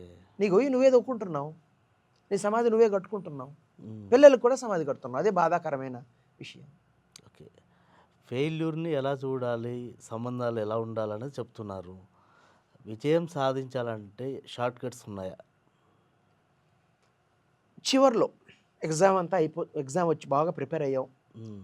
లాస్ట్ 10 డేస్లో కొన్ని షార్ట్ కట్స్ అంటే దొంగ మార్గాలు కాదు. ఉమ్. ఆ, ఉదాహరణకి బాగా మరిచిపోతామేమో అన్నదాన్ని పేపర్ రాసి పెట్టుకోవడం, ఓకే. ఇంపార్టెంట్ క్వశ్చన్స్ పైన ఎక్స్ట్రా ఫోకస్ పెట్టడం, ఉమ్. అలా కొంత ఉందండి 5%. ఓకే. షార్ట్ కట్స్ అంటే దొంగ మార్గం కాదు, ఇది టెక్నిక్స్ అంటారు. Techniques, okay. అడ్డదారి కాదు. ఓకే. జీవితానికి రహదారి ఒకటే మార్గం. నా Hmm. దారి రహదారి అని సినిమా పాపులర్ డైలాగ్ ఉంది. రజనీకాంత్ ఎస్, మీరు ఓకే, రజనీకాంత్ సినిమాలు చూస్తుంటారండి? చూస్తానండి. మీరు ఎక్కువ అభిమానమైన హీరో కానీ హీరోయిన్ కానీ ఎవరు? నేను చిన్నప్పుడు ఎన్టీఆర్ వీరాభిమాని అండి. ఓకే. చాలా చూసారా సినిమాలు? చాలా చూశాను. ఓకే. అటు పైన కపిల్ దేవ్ అంటే నాకు, అంటే హీరో కాదు కానీ సారీ క్రికెటర్ ఆయన. క్రికెటర్ అదే. ఆయన అంటే నాకు చాలా ఇష్టం. చూస్తారా కూడా- క్రికెట్ మ్యాచ్? అవునండి, ఇప్పుడు ఆపేస్తాను, ఐపీఎల్ వచ్చినాక ఆపేస్తాను. ఓకే. నాకు టైం ఎందుకో- బాగా. అంటే అదిగా టైం కాదండి. మ్మ్. అబ్బే, అసలు ప్రపంచంలో బిజీ అనేవాడు ఎవడు ఉండడండి. మ్మ్. మనకు నచ్చితే మనకు టైం దొరుకుతుంది అంతే. ఓకే. బిజీ అన్నమాట ఒట్టి మాట. అదే ఒక పని మనకు నచ్చిన పనికి మనకు పక్కా టైం దొరుకుతుంది. హీరోయిన్లలో ఎవరు నచ్చుతారు యాక్టింగ్? ఆమ్, శ్రీదేవి ఒకప్పుడైతే, అంటే నేను పాత సినిమాలు చూస్తాం కదా, ఖచ్చితంగా మహానటి సావిత్రి, వాళ్ళందరూ గొప్పవాళ్ళు అండి. సావిత్రి, జమున, వీళ్ళు, శ్రీదేవి, ఎన్టీఆర్తో ఆ రోజుల్లో మేము హై స్కూల్లో ఉన్నప్పుడు ఎన్టీఆర్తో శ్రీదేవి. తర్వాత చాలా మటుకు అనుష్క. ఓకే. సో ఇప్పుడు కూడా ఉన్నారండి, మంచి యాక్షన్ చేసేవాళ్ళు ఉన్నారు, కష్టపడే వస్తారు వాళ్ళు. 1,00,000 మందిలో ఒకరికి ఆ వర్చస్సు ఉంటుంది. ఇప్పుడున్న హీరోస్లో ఎవరు బాగా నచ్చుతుంది యాక్టింగ్? స్పెసిఫిక్గా ఒక్కరని చెప్పలేనండి. ఇంకో విధంగా చెప్పాలంటే ఎవరు కూడా కాదు. ఏది బాగుంటే అది అంటే చూస్తారా సినిమాలు? తప్పు వాళ్ళది కాదండి. ఆ, మంచి సినిమా తీసే అవకాశం కూడా వాళ్ళకి రావడం లేదు. ఓకే. మంచి సినిమా తీస్తే నష్టపోతున్నారు. మ్మ్. మొత్తం హింసతో తీస్తే లాభాలు వస్తున్నాయి. అలాంటి వాళ్ళతో, ఉదాహరణకి అడిగారు కాబట్టి చెప్తున్నాను, అల్లు అర్జున్. మ్మ్. నేను చెప్పాను కదా ఇందాక, స్టీల్ జిమ్ నా మ్మ్. బ్రెయిన్ స్ట్రోక్ తర్వాత చేరాను. అవును సార్. నేను చేరిన ఒక 5వ నెల 6 నెల ఆయన వచ్చి అందులో మెంబర్షిప్ తీసుకున్నాడు. ఓకే. ఆయనకి అప్పుడు భుజానికి గాయమైంది. మ్మ్. మ్మ్. దానికి సంబంధించి అంటే 2 రకాల వర్కౌట్స్ ఉంటాయండి. సార్. ఒకటేమో రిహాబ్ వర్కౌట్ అంటే రిహాబిలిటేషన్. Rehabilitation workout. దానికోసం వచ్చాడు. నాదేమో స్ట్రెంగ్త్ బిల్డింగ్ వర్క్స్. ఓకే. యాదృచ్ఛికంగా నా ట్రైనరు, ఆయన ట్రైనర్ ఒకటే. ఒకరు. ఒక మిషన్‌లో నేను, మళ్ళీ ఆయన, ఇంకో మళ్ళీ మిషన్. నేనే చేసేవాళ్ళం. హ్మ్. ఆయన యాటిట్యూడ్ నాకు నచ్చింది, బాగా నచ్చింది. హుహు. ఏంటంటే అంత కష్టం ఉన్నా ఆ హ్మ్. నొప్పిని భరిస్తూ దాన్ని చేశాడు. 2 నెలల్లో దాన్ని పోగొట్టుకున్నాడు. మళ్ళీ ఓహో! రాజమండ్రిలో సెకండ్ స్లాట్ షూటింగ్ జరిగింది. హ్మ్. మా ట్రైనర్ 2 నెలలు లీవ్ పెట్టి ఆయన తీసుకెళ్ళాడు. హ్మ్. నాకు 2 నెలలు ట్రైనర్ లేకుండా పోయాడు. హుహు. అంటే కష్టం వస్తే దాన్ని ఎదిరించడం అనేది నిజ జీవితంలో అల్లు అర్జున్‌ని నేను చూశారు. దగ్గరుండి చూశాను. హుహు. నాగార్జున పెద్ద కొడుకు, ఆయన వెంటనే పేరు గుర్తురాడు. అఖిల్ కాదండి. ఇంకొకతను. చైతన్య. ఆ! నాగ చైతన్య. నాగ చైతన్య. నాతో పాటు సిఎఫ్ఎస్ జిమ్‌లో చేశాడు. హ్మ్. అతను అంత పెద్ద కుటుంబాన్ని నుంచి వచ్చాడు కదండీ! హ్మ్. చాలా హంబుల్‌గా, చాలా అదే. కూల్‌గా. అప్పటికి ఆయన గురించి ఎన్నో పాపం నెగెటివ్ వార్తలొచ్చినా ఓకే. ఏది పట్టించుకోనోళ్ళలాగా, చిన్న పిల్లోడిలాగా కూల్‌గా ఉండేవాడు. హ్మ్. ప్రభాస్‌ని నేను కలవలేదు కానీ చాలామంది చెప్పారు, బాగా అవును. తెలిసిన వాళ్ళు, హ్మ్. ఫిల్మ్ జర్నలిస్టులు. హ్మ్. చాలా నిజంగా మనసున్న మహారాజు. హంబుల్‌గా ఉంటాడని. హంబుల్‌గా ఉంటాడు. జిమ్ ట్రైనర్‌కి తన కారు 4 కోట్ల కారు గిఫ్ట్ ఇచ్చేసాడట. నచ్చి. నచ్చి. హ్మ్. ఆయనేమి అడగలేదు, నచ్చి ఇచ్చేసాడు. ఇచ్చాడు. ఇలా పాజిటివ్‌లు ఉన్నాయండి. హ్మ్. ఇక వాళ్ళు తీసే సినిమాలంటారా? అదే. నేను 'పుష్ప 1' హిట్ కావాలని మనసారా, ఎందుకంటే అంత కష్టపడి చేశాడని. హ్మ్. 'పుష్ప 2' నేను చూడలేదు. హ్మ్. ఎందుకంటే నాకు మనసుకు నచ్చంది. నేను ఐపీఎస్ ఆఫీసర్‌ని ఆహ్, ఒక స్మగ్లరు స్విమ్మింగ్ పూల్‌లో తోసి కొట్టడం అనే కాన్సెప్టే నాకు నచ్చలేదు. అదే. అదేనండి. అభిమానులు బాధపడినా నేను అదే చెప్పాల్సిందే కదా సార్. పాజిటివ్ చెప్పాను ఇందాక నేను. అవును. ఒక విధంగా చెప్పాలంటే వాళ్ళ చేతిలో కూడా లేదండి. హ్మ్. జనాల టేస్ట్ బట్టి. మంచి హ్మ్. సినిమా తీస్తే చూడకపోతే సినిమా నిర్మాణ ఖర్చులు ఎంత ఉంటున్నాయి? సినిమా హ్మ్. నడవదు ఇవాళ. కాబట్టి లోకం మారాలి, జనాలు మారాలి. హ్మ్. అదే నేను నా ప్రసంగాల ద్వారా, ఓకే. నా పోస్టుల ద్వారా జనాల టేస్ట్‌లో మార్పులు తెచ్చేట్టు యెస్ నేను సార్. చెప్తున్నాను. హ్మ్. అరే! స్మగ్లర్ల కథని పిల్లలకి చిన్నప్పటి నుంచి బోధిస్తే పిల్లలు ఎలా పెరుగుతారు? హ్మ్. దేశభక్తి గాథ, రామాయణ, మహాభారత దేశభక్తి గాథల్ని చిన్నప్పటి నుంచి విన్న వ్యక్తులు, బాలులు శివాజీ అయ్యారు ఒకాయన, నేతాజీ అయ్యాడు. యెస్. మీ పిల్లలు ఏ కథలతో పెరుగుతున్నారు? స్మగ్లర్లు, స్మగ్లర్స్. రక్తపాతాలు, యెస్. పొరుచుకోవడాలు. తప్పు వాళ్ళదా? మనదా? మనదే కదా! హీరోది కూడా తప్పు కాదు. ఎందుకంటే మీరు చూస్తున్నారు, వాళ్ళు తీస్తున్నారు. ట్రెండ్ ఫాలో అయిపోతున్నాం. అదే సార్. ట్రెండ్‌ని మనమే మార్చాలి మనం. అదే సార్. మంచి సినిమాలు రావాలంటే ముందు మన టేస్ట్ మారాలి. మంచి సినిమాని హిట్ చేయాలి. హ్మ్. అది. ప్రభాస్ విషయంకొస్తే మీరన్నారు గదా! అదే విషయంలో ఈ మధ్య 'ప్రేమ్ రాజ్' గారని డైరెక్టర్ అండ్ మన వెంకటేశ్వర్ గారు ఉన్నారు గదా! పరుచూరి వెంకటేశ్వరరావు గారు. ఆయన రఘుబాబు గారు స్మారక నాటక పోటీలు నిర్వహించేప్పుడు ఎళ్లారంట సార్. ఆయన అపాయింట్మెంట్ దొరకలేదు. బిజీగా ఉన్నారు. ప్రభాస్ గారు 2 నెలలుగా అసలు అపాయింట్మెంట్ దొరకలేదంటే ఈయన 'ప్రేమ్ రాజ్' గారు ఈయనకి శిష్యుడు. ఈయన డైరెక్ట్‌గా షూటింగ్ ప్లేస్‌కి తీసుకెళ్తే 5 నిమిషాల్లో పైకి పిలిచేసి క్యారవాన్‌లోకి సార్‌తో మాట్లాడేసి ఈయన అనుకున్నది ఇట్లా నాటకాలు పోటీ నిర్వహించడానికి కొంచెం డొనేషన్ అంటే అసలు ఊహించనంత అంత బిజీగా ఉండి కూడా మూడింతలు చెక్ ఇచ్చారంట. అంటే మీరు చెప్తుంటే నాకు గుర్తొచ్చింది. అవునండి.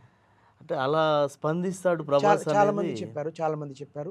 ఒక్క హ్మ్. సోర్స్ అయితే నేను నమ్మేవాడిని కాదు. అదేనండి. అంటే డైరెక్ట్‌గా ఏదో అటా కాకుండా హ్మ్. డైరెక్ట్‌గా ఇప్పుడు ఉదాహరణకి జిమ్ ట్రైనర్ చెప్పాడు. ఎస్. వాళ్ళ ఫ్రెండే ఆ కారు సంపాదించుకున్న అతను. హ్మ్. సో, అలా చెప్పారు. పాత ఛానల్‌లో ఒక కొలీగ్ కూడా అతను ఇబ్బందుల్లో ఉంటే జస్ట్ వెళ్లి కలిస్తే మొత్తం నేనున్నానమ్మా నీకెందుకని చెప్పారంట. అంటే ఇవి ఈయన 'ప్రేమ్‌రాజు' గారు కూడా నాకు ఒక విధంగా తెలుసు కాబట్టి ఆయన రాసింది నాకు అంటే కన్ఫర్మ్. ఏనండి. ఇక్కడ ఏది మనం అబద్ధం చెప్పాల్సిన అవసరం లేదు కాబట్టి. అంటే మీరన్నట్టు బాగుంది. ప్రభాస్ విధానం గాని, ఏదైనా గాని ఆయన తీసిన సినిమాలో కూడా మరి హింస ఉంటుంది కదండీ! హింస లేకపోతే జనాలు చూడట్లేదండి. చూడట్లేదు. సమస్య అది గదా! ఓకే. హింస లేకపోతే ఇప్పుడు ఇది సైన్స్ ప్రకారం జరుగుతుందండి. హ్మ్. ఈ మన ఎప్పుడు మైండ్ ఈ మొబైల్స్ వల్ల, దీని వల్ల అడిక్ట్ అయిపోతుంది హ్మ్. ఎక్కువ హింసకి. ప్లెజర్ సీకింగ్ ఏరియాస్ కొన్ని ఉంటాయండి బ్రెయిన్‌లో. అవి ఈ డోపమైన్ లూప్ అనే దాంట్లో చిక్కుకుంటాం మనం దానివల్ల. హ్మ్. ఏంటంటే, ఇప్పుడు ఒక పెగ్గు డ్రింక్ చేసిన వాడు, హ్మ్. డ్రింక్ అలవాటైతే ఒక పెగ్గుకి ఫస్ట్‌లో కిక్ వస్తుంది. హ్మ్. 6 నెలలు అయ్యేప్పటికి 2 పెగ్గులైతే గాని ఆ కిక్ రాదు. ఓకే. అలా నడుస్తూ పోతే క్వార్టర్ బాటలు ఇంకా దాటి ఫుల్ బాటలు రోజంతా తాగేవాళ్ళు కూడా ఉన్నారండి. హ్మ్. అంటే అయిపోయింది వాళ్ళ దశ అక్కడ. హ్మ్. ఇది కూడా అంతేనండి. హింస గానీ, ఈ వల్గారిటీ గానీ, సెక్స్ గానీ, బూతులు గానీ ఇదే. ఒక స్ డోస్ పెంచాలి. స్థాయి పెరుగుతూ ఉంటుంది. ఇప్పుడు ఎవరైనా అడగొచ్చు పాత సినిమాల్లో హింస లేదా అని. హ్మ్. ఉన్నాయి. ఒక స్థాయిలో ఒక ఉన్నాయి. స్థాయి వరకు. కానీ ఇప్పుడు ఎలా ఉంది? మతి లేని హింస, హ్మ్. మితిమీరిన హింస. హ్మ్. సినిమా బిగినింగ్ నుంచి చివరి దాకా లాజిక్‌లు ఉండవు. రీజనింగ్ ఉండదు. కొట్టడం, నరకడం, విరచడం దాంట్లో దొరికిపోయారు పాపం వాళ్ళు. నేనేమంటానంటే విక్టిమ్స్ అండి వాళ్ళు కూడా.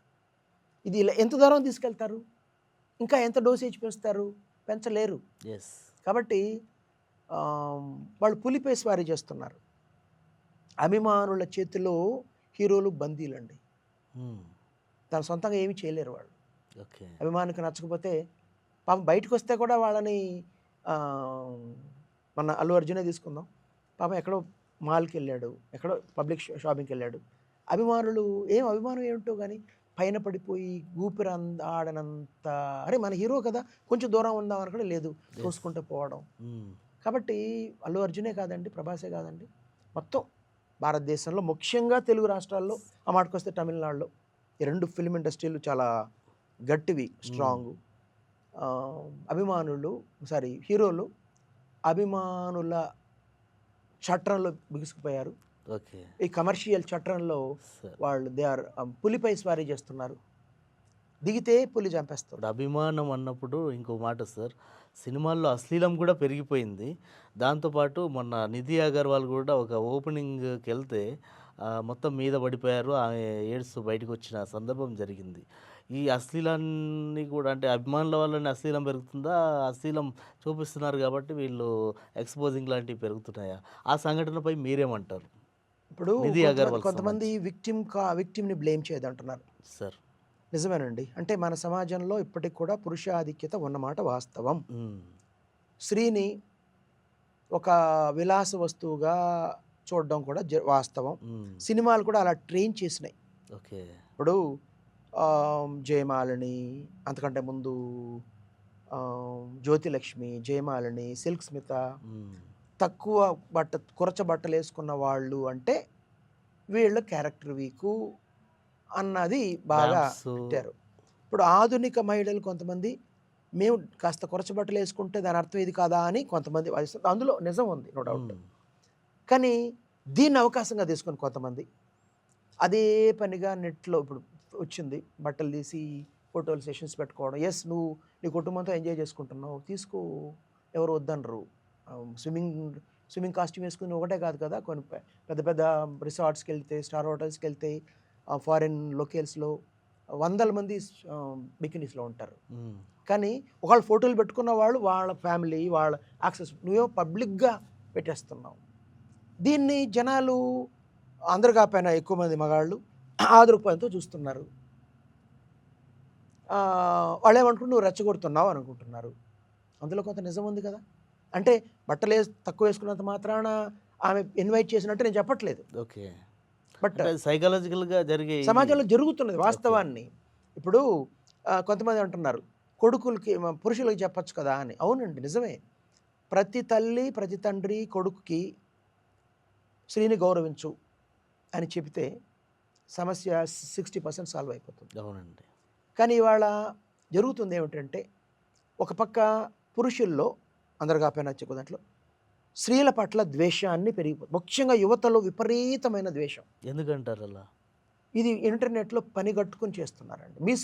మిసోయాండ్రీ అంటారు. హ్మ్. అంటే స్త్రీలలో పురుషుల పట్ల మీరు చెప్పిన ఎపిసోడ్‌లో అందరు కాకపోయినా చెప్పుకోదగ్గ స్త్రీలలో పురుష వ్యతిరేకత కనిపించింది. వాళ్ళ వాళ్ళ రాతల్లో, వాళ్ళ దీంట్లో. యువతల వాళ్ళు స్త్రీలను ద్వేషించడం. అర్ధనారీశ్వర తత్వం శివుడు. హ్మ్. సగం దేహం పురుషుడు, సగం దేహం స్త్రీ. స్త్రీ. చాలా సింపుల్ పాయింట్ అండి. హ్మ్. స్త్రీ, పురుషుడు కలిస్తేనే సమాజం, ప్రకృతి. కుటుంబం. హ్మ్. స్త్రీ, పురుషుడు విడిపోతే, కొట్లాడుకుంటే సమాజమే అంతమైపోతుంది. హ్మ్. ప్రకృతి ఏ ధర్మం ఒక్క ముందుకు. మనిషి కూడా నీలా ఉండడు ప్రపంచంలో. చివరాఖరికి మన అద్దంలో మన ప్రతిబింబం కూడా మనలాగా ఉండదు. కుడి ఎడమలుగా ఉంటుంది. హ్మ్. ప్రతి మనిషి భిన్నం. పెళ్లి చేసుకోవాలనుకున్నప్పుడు లేదా మెచ్యూర్డ్ అంటే టీనేజ్ ఇన్ఫాక్చుయేషన్ కాదు, టీనేజ్ వ్యామోహం కాదు. మెచ్యూరిటీ వచ్చినాక 22, 23, 25 ప్రీ ఫ్రాంటల్ కార్టెక్స్ డెవలప్ అయ్యాక సార్. నువ్వేమిటో నీకు అర్థం చేసుకుని నీ మనసుకు తగ్గ నీ వ్యక్తిత్వానికి సరిపడా వ్యక్తిని పెళ్లి చేసుకోవాలంటే యాప్టిట్యూడ్ ఆధారంగా, అభిరుచులు, వ్యక్తిత్వ ఆధారంగా ఇది జరిగితే 80% ఓవర్లాప్ కావాలండి. 20% వేరియేషన్స్ ఉంటుంది, ఒకటే ఉండదు. దానికి అడ్జస్ట్మెంట్ కావాలి. ఓకే. కానీ ఈ 20% వేరియేషన్స్ దృష్టిలో పెట్టుకుని దానికి అగ్నికి ఆజ్యం పోస్తూ మనుషుల్ని విడగొట్టే ప్రయత్నం ఇంటర్నేషనల్గా $1 బిలియన్ స్పెండ్ చేసి కొంతమంది చేస్తున్నారు. సీక్రెట్ స్టేట్, జనాభా తగ్గించాలి కాబట్టి. దానివల్ల వాళ్ళకి ఉపయోగం ఏంటండి? ప్రపంచానికి విధాతలు, మేము అనుకున్నట్టుగానే ప్రపంచం నడవాలి అని కొంతమంది ఉన్నారండి. ఇది కాన్స్పిరసీ థియరీ అని కొట్టేస్తారు. బెంగళూరులో ప్రతి ఆదివారం స్టార్ హోటల్స్లో ఇంజనీరింగ్ సెకండ్ థర్డ్ ఇయర్ పెళ్లికా వయసుకు వచ్చిన అమ్మాయిల్ని పిలిపించి ఫ్రీ లంచ్ ఇచ్చి వాళ్ళకి పెళ్ళంటే ఎందుకు పెళ్లి చేసుకుంటే ఇది బానిసత్వం అని నూరిపోస్తున్నారు. మరోపక్క పెళ్ళైన వాళ్ళకి డింక్ జంటల పేరుతో డబుల్ ఇన్కమ్, నో కిడ్స్, పిల్లలకి అనద్దు, పిల్లల కంటే జంజాటం అని చెప్తున్నారు. ఈ డబ్బులు ఎవరు ఇస్తున్నారు? సమాజం నుంచి వస్తున్నాయి. నో, ఇప్పుడు ఆ ఈవెంట్ని స్పాన్సర్ చేసేవాళ్ళు 100 మందికి, 1000 మంది, 200 మందికి స్టార్ హోటల్లో 2 గంటల లెక్చర్ తీసుకుని ఫ్రీ లంచ్ ఇస్తే ఎంత ఖర్చు అవుతుందండి? డబ్బులు ఎవరు స్పాన్సర్ చేస్తున్నాడు? ఎందుకు ఈ సోషల్ మీడియా ఆధారంగా చిన్న సమస్యని ఊదరగొట్టి కొట్టి కొట్టి కొట్టి కొట్టి పురుషుల్లో స్త్రీద్వేషం, స్త్రీల్లో పురుష దేశం వేస్తున్నారు? కారణం ఇది, అసలు కారణం. ఈ సుడిగుండంలో చిక్కుకొని పురుషులు స్త్రీ అంటే అసహించుకుంటున్నారు, స్త్రీ పురుషులు అంటే ఏమ్మా నీకు మీ నాన్న మగాడు కాదా? పెళ్లి చేసుకుంటే నీ భర్త, నీ కొడుకు మగాళ్ళు గారా? అదే ప్రశ్న పురుషులకు కూడా. ఏమయ్యా నువ్వు పుట్టింది ఒక తల్లికి కదా? స్త్రీ అంటే ఒక తల్లి, భార్య, అక్క, చెల్లి, కూతురు. ఎవరిపై నీ ద్రోహం, ఎవరిపై నీకు విద్వేషం? అర్థం చేసుకో. సమాజం మారుతోంది, ఒకప్పటిలాగా కాకుండా ఇప్పుడు స్త్రీలకి గౌరవం ఇవ్వాలి, సమానత్వం ఇవ్వాలి, దీన్ని ఒప్పుకుంటాను. కానీ దాని అర్థం విద్వేషాలని రెచ్చగొట్టడం కాదు కదా. చిన్న చిన్న సమస్యల్ని లేవదీసి వితండ వాదాలు చేసి, ఇప్పుడు వాదాల్లో 2 రకాలు ఉంటాయండి. ఒక డోరు పూర్తిగా తెరిచి ఉంచారు, ఒకటి అంతకంటే ముందు డోర్ని సగం ఓపెన్ చేశారండి, అంటే సగం క్లోజ్ చేసినట్టే కదా. అవును, కరెక్ట్ కదా. ఇప్పుడు పూర్తిగా ఓపెన్ చేశారంటే పూర్తిగా క్లోజ్ చేసినట్టు, అంతే కదా. మీరు సగం క్లోజ్ అంటే సగం ఓపెన్ అన్నారు, పూర్తిగా క్లోజ్ అంటే పూర్తిగా ఓపెన్ కదా. ఇది వితండవాదం. ఇది ఇవాళ సోషల్ మీడియాలో జరిగేది. ఎవరైనా పెద్ద ఆయన వచ్చి మంచి దుస్తులు వేసుకోండి అంటే దాని అర్థం రేప్ చేస్తావు, రేప్ చేయని మగాళ్ళకి చెప్తున్నావా? ఇది వితండవాదం. మొన్న జరిగింది కదా, ఆయన చేతిలోనే మగాళ్ళంతా ఉన్నట్టు, ఆయన చెప్తే మాట్లాడినట్టు. బయట వెళ్ళే వాళ్ళు ఎంతోమంది ఒక స్త్రీ ఒంటరిగా కనిపిస్తే అలా చూస్తున్నారు, వాడికి అవకాశం ఇవ్వద్దు అని చెప్తే దాని అర్థం అదా? వితండవాదాలు ఇవన్నీ కూడా. నేను మళ్ళీ చెప్తున్నాను, సమాజం పురుషుల్లో, ఈ పురుషాధిక్య సమాజాల్లో నరనరాల్లో సినిమాలు అని నూరిపోస్తుంది. ఎవరన్నా పొట్టిబట్టలు వేసుకుంటే వీళ్ళు ఇలాంటి వాళ్ళు అన్న భావన ఒక సగటు పురుషుల్లో ఉంది. దాన్ని దృష్టిలో పెట్టుకుని ఎవరైనా చెబితే మంచి మాటలు, వాడు విలన్ అయిపోతే ఎట్లాగండి? అదే మొన్న జరిగిన శివాజీ అనసూయ ఇష్యూలో మీరు ఎలా చెప్పగలుగుతారు దాన్ని? అవన్నీ కూడా ఆ మొత్తం చర్చ అతనిది చెప్పాడు ఒక సందర్భంలో. ఆ సందర్భంలో సినిమా హీరోయిన్లు చెప్పాడు, దాన్ని లాగదీసి వారం రోజులు యూట్యూబ్ ఛానల్స్ బతకడానికి. దానివల్ల ఉపయోగం ఏంటి సమాజానికి? చాలా అండి, యూట్యూబ్ ఛానల్స్ బతకాలి కదా. కొన్ని వేల వ్యూస్ వచ్చాయి, అనసూయకు అనుకూలంగా కొన్ని, వ్యతిరేకంగా కొన్ని, శివాజీకి అనుకూలంగా కొన్ని, వ్యతిరేకంగా కొన్ని. అది దానిపైన 5 నిమిషాలు చాలు చర్చ. నేను చెప్తాను చూడండి. ఒకవేళ పొట్టి కాస్త తక్కువ డ్రెస్సులు వేసుకున్నా ఆమె వ్యక్తిత్వంగా ఇష్టం అని చెప్పి వదిలేయాలి. పొట్టి బట్టలు వేసుకున్నంత మాత్రాన స్త్రీ ఏదో వీక్ క్యారెక్టర్ ఉందని జడ్జ్ చేసుకోకూడదు. అదే సమయంలో స్త్రీకి భద్రత పెరగాలి, స్త్రీకి పురుషుడు గౌరవం ఇవ్వాలి. మరో కోణంలో చెప్తే సమాజంలో ఇలాంటి వాళ్ళు ఉన్నారు కాబట్టి, చెడపురుగులు ఉన్నారు కాబట్టి స్త్రీ వీలైనంత వరకు హుందా దుస్తులు వేసుకుంటే ఏవో కొన్ని సందర్భాల్లో తప్పిస్తే హుందా దుస్తులు వేసుకోవాలి. ఆయా సాంప్రదాయం అంటే కేవలం హిందూ సాంప్రదాయం కాదు కదండి. ఆయా సాంప్రదాయం వాళ్ళ సాంప్రదాయం ప్రకారం ఉంటే మంచిది. ఇవన్నీ అందరూ ఒప్పుకునేదే. దీన్ని చితగొట్టి లేవనెత్తి ఈ లాజిక్ పెట్టి చర్చ నడిపి నడిపి నడిపి నడిపి 10 రోజులు ప్రతి ఒక్కరు దాన్నే చూశారు. ఏమైనా సాధించారా? దాదాపు నెల అయిందండి. ఎంత పైనే. పిచ్చ ఆర్గ్యుమెంట్ అంటే ఉమ్, రాజ్యాంగంలో రాసి ఉందంట. అరే బుర్ర లేదా నీకు? రాజ్యాంగంలో ఏం రాస్తారు? ప్రభుత్వం ఎలా నడవాలో రాస్తారు కానీ బట్టలు ఏమి వేసుకోవాలో రాయరు కదండి. సోషల్ నామ్స్ అంటారండి. ఆ, కాన్స్టిట్యూషన్ వేరు, సోషల్ నామ్స్ వేరు. అంతే. సరే సోషల్ నామ్స్ ఈ సామాజిక ప్రమాణాలు ఆ, ఇలాగే ఉండాలండి. మనం కూడా మార్చుకుంటా వచ్చాంగా. అవును కదా. ఒకప్పుడు బాల్య వివాహాలు ఉండేది, అది వద్దనుకున్నారు. మార్చారు. ముందాగా చర్చ జరిగిందా లేదా? అప్పుడు జరిగింది. వితంతు పునర్వివాహాలపై నిషేధం, వితంతు పునర్వివాహాలు తప్పు లేదని చెప్పారు. ఉమ్, ఆ రోజుల్లో ఈ రభస కాలేదుగా. కాలేదు. అలాగే ఇప్పుడు కూడా కొంత వ్యతిరేకత ఉన్నా దాన్ని అధిగమిస్తూ మెల్లగా బయటకు వచ్చారు అలాంటి విషయాలు. డీసెంట్ చర్చలు జరగడం వేరండి, అదేనండి. భేదాభిప్రాయాలు వేరండి. ఉమ్, నీ అభిప్రాయం నువ్వు చెబుతావు, నీ అభిప్రాయాన్ని నేను గౌరవిస్తూ చూడాలి, ఉమ్, నా అభిప్రాయాన్ని నువ్వు గౌరవిస్తూ చూడాలి. ఎక్కడో మధ్యలో లింక్ పాయింట్ దొరుకుతుంది. ఇది వేరు. కావాలని చెప్పి రెచ్చగొట్టేలా వితండవాదం చేస్తూ ఎవరు వీళ్ళు అంతకి వీళ్ళు నిర్ణయించలేరు. అవునా కాదండి? ఉమ్, అతను ఏదో ఒక సూచన చేశాడు, దానిపైన రాద్ధాంతం చేసి ఎంతమంది టీవీ ఛానళ్ళు ఎక్కి యూట్యూబ్ ఛానళ్ళు ఎక్కి గోల్ చేశారు. అదే టైం వేస్ట్ అంటాను నేను. సమస్యకు ఇది ఒక పరిష్కారం. బెయిట్, మీ టయాన్ని తస్కరించే ఒక ప్లాను. యూట్యూబ్ ఛానల్స్కి ఇలాంటివే చూస్తారండి జనాలు. అదే. మా మంచి విషయాలు చెప్తే చాలాసార్లు చూడరు కూడా, వ్యూస్ తక్కువ ఉంటాయి. ఇప్పుడు మీరు చెప్పిన దాంట్లో మంచి విషయాల కంటే చూడండి ఈ ఎపిసోడ్కి ఎక్కువ పోతుంది. అది సమాజంలో మార్పు రావాలంటే ప్రతి ఒక్కరు కూడా ఈ విషయాలు కొన్ని వినాలి, మంచి విషయాలు వినాలి అనేది. దీంట్లో ముఖ్యంగా సార్ పిల్లలకి మనం స్క్రీన్ టైం ఎలా తగ్గించాలి అనే విషయంలో మీ నుంచి సూచనలు తల్లిదండ్రులకి. స్క్రీన్ టైం తగ్గించడం కూడా కాదండి, ఉమ్, అసలు స్క్రీనే ఇవ్వద్దు పిల్లలకి. ఉమ్, ముఖ్యంగా ఓకే. మొబైల్ పరికరాలు అంటే ల్యాప్టాప్, ట్యాబ్ 18 ఏళ్ల లోపు పిల్లలకి గనక ఇస్తే ప్యూర్ సైన్సు, రీసెర్చ్ ఆధారిత, ఒకటి కాదు అనేక పరిశోధనలు చేసి తేల్చిన సైన్స్, ఓకే.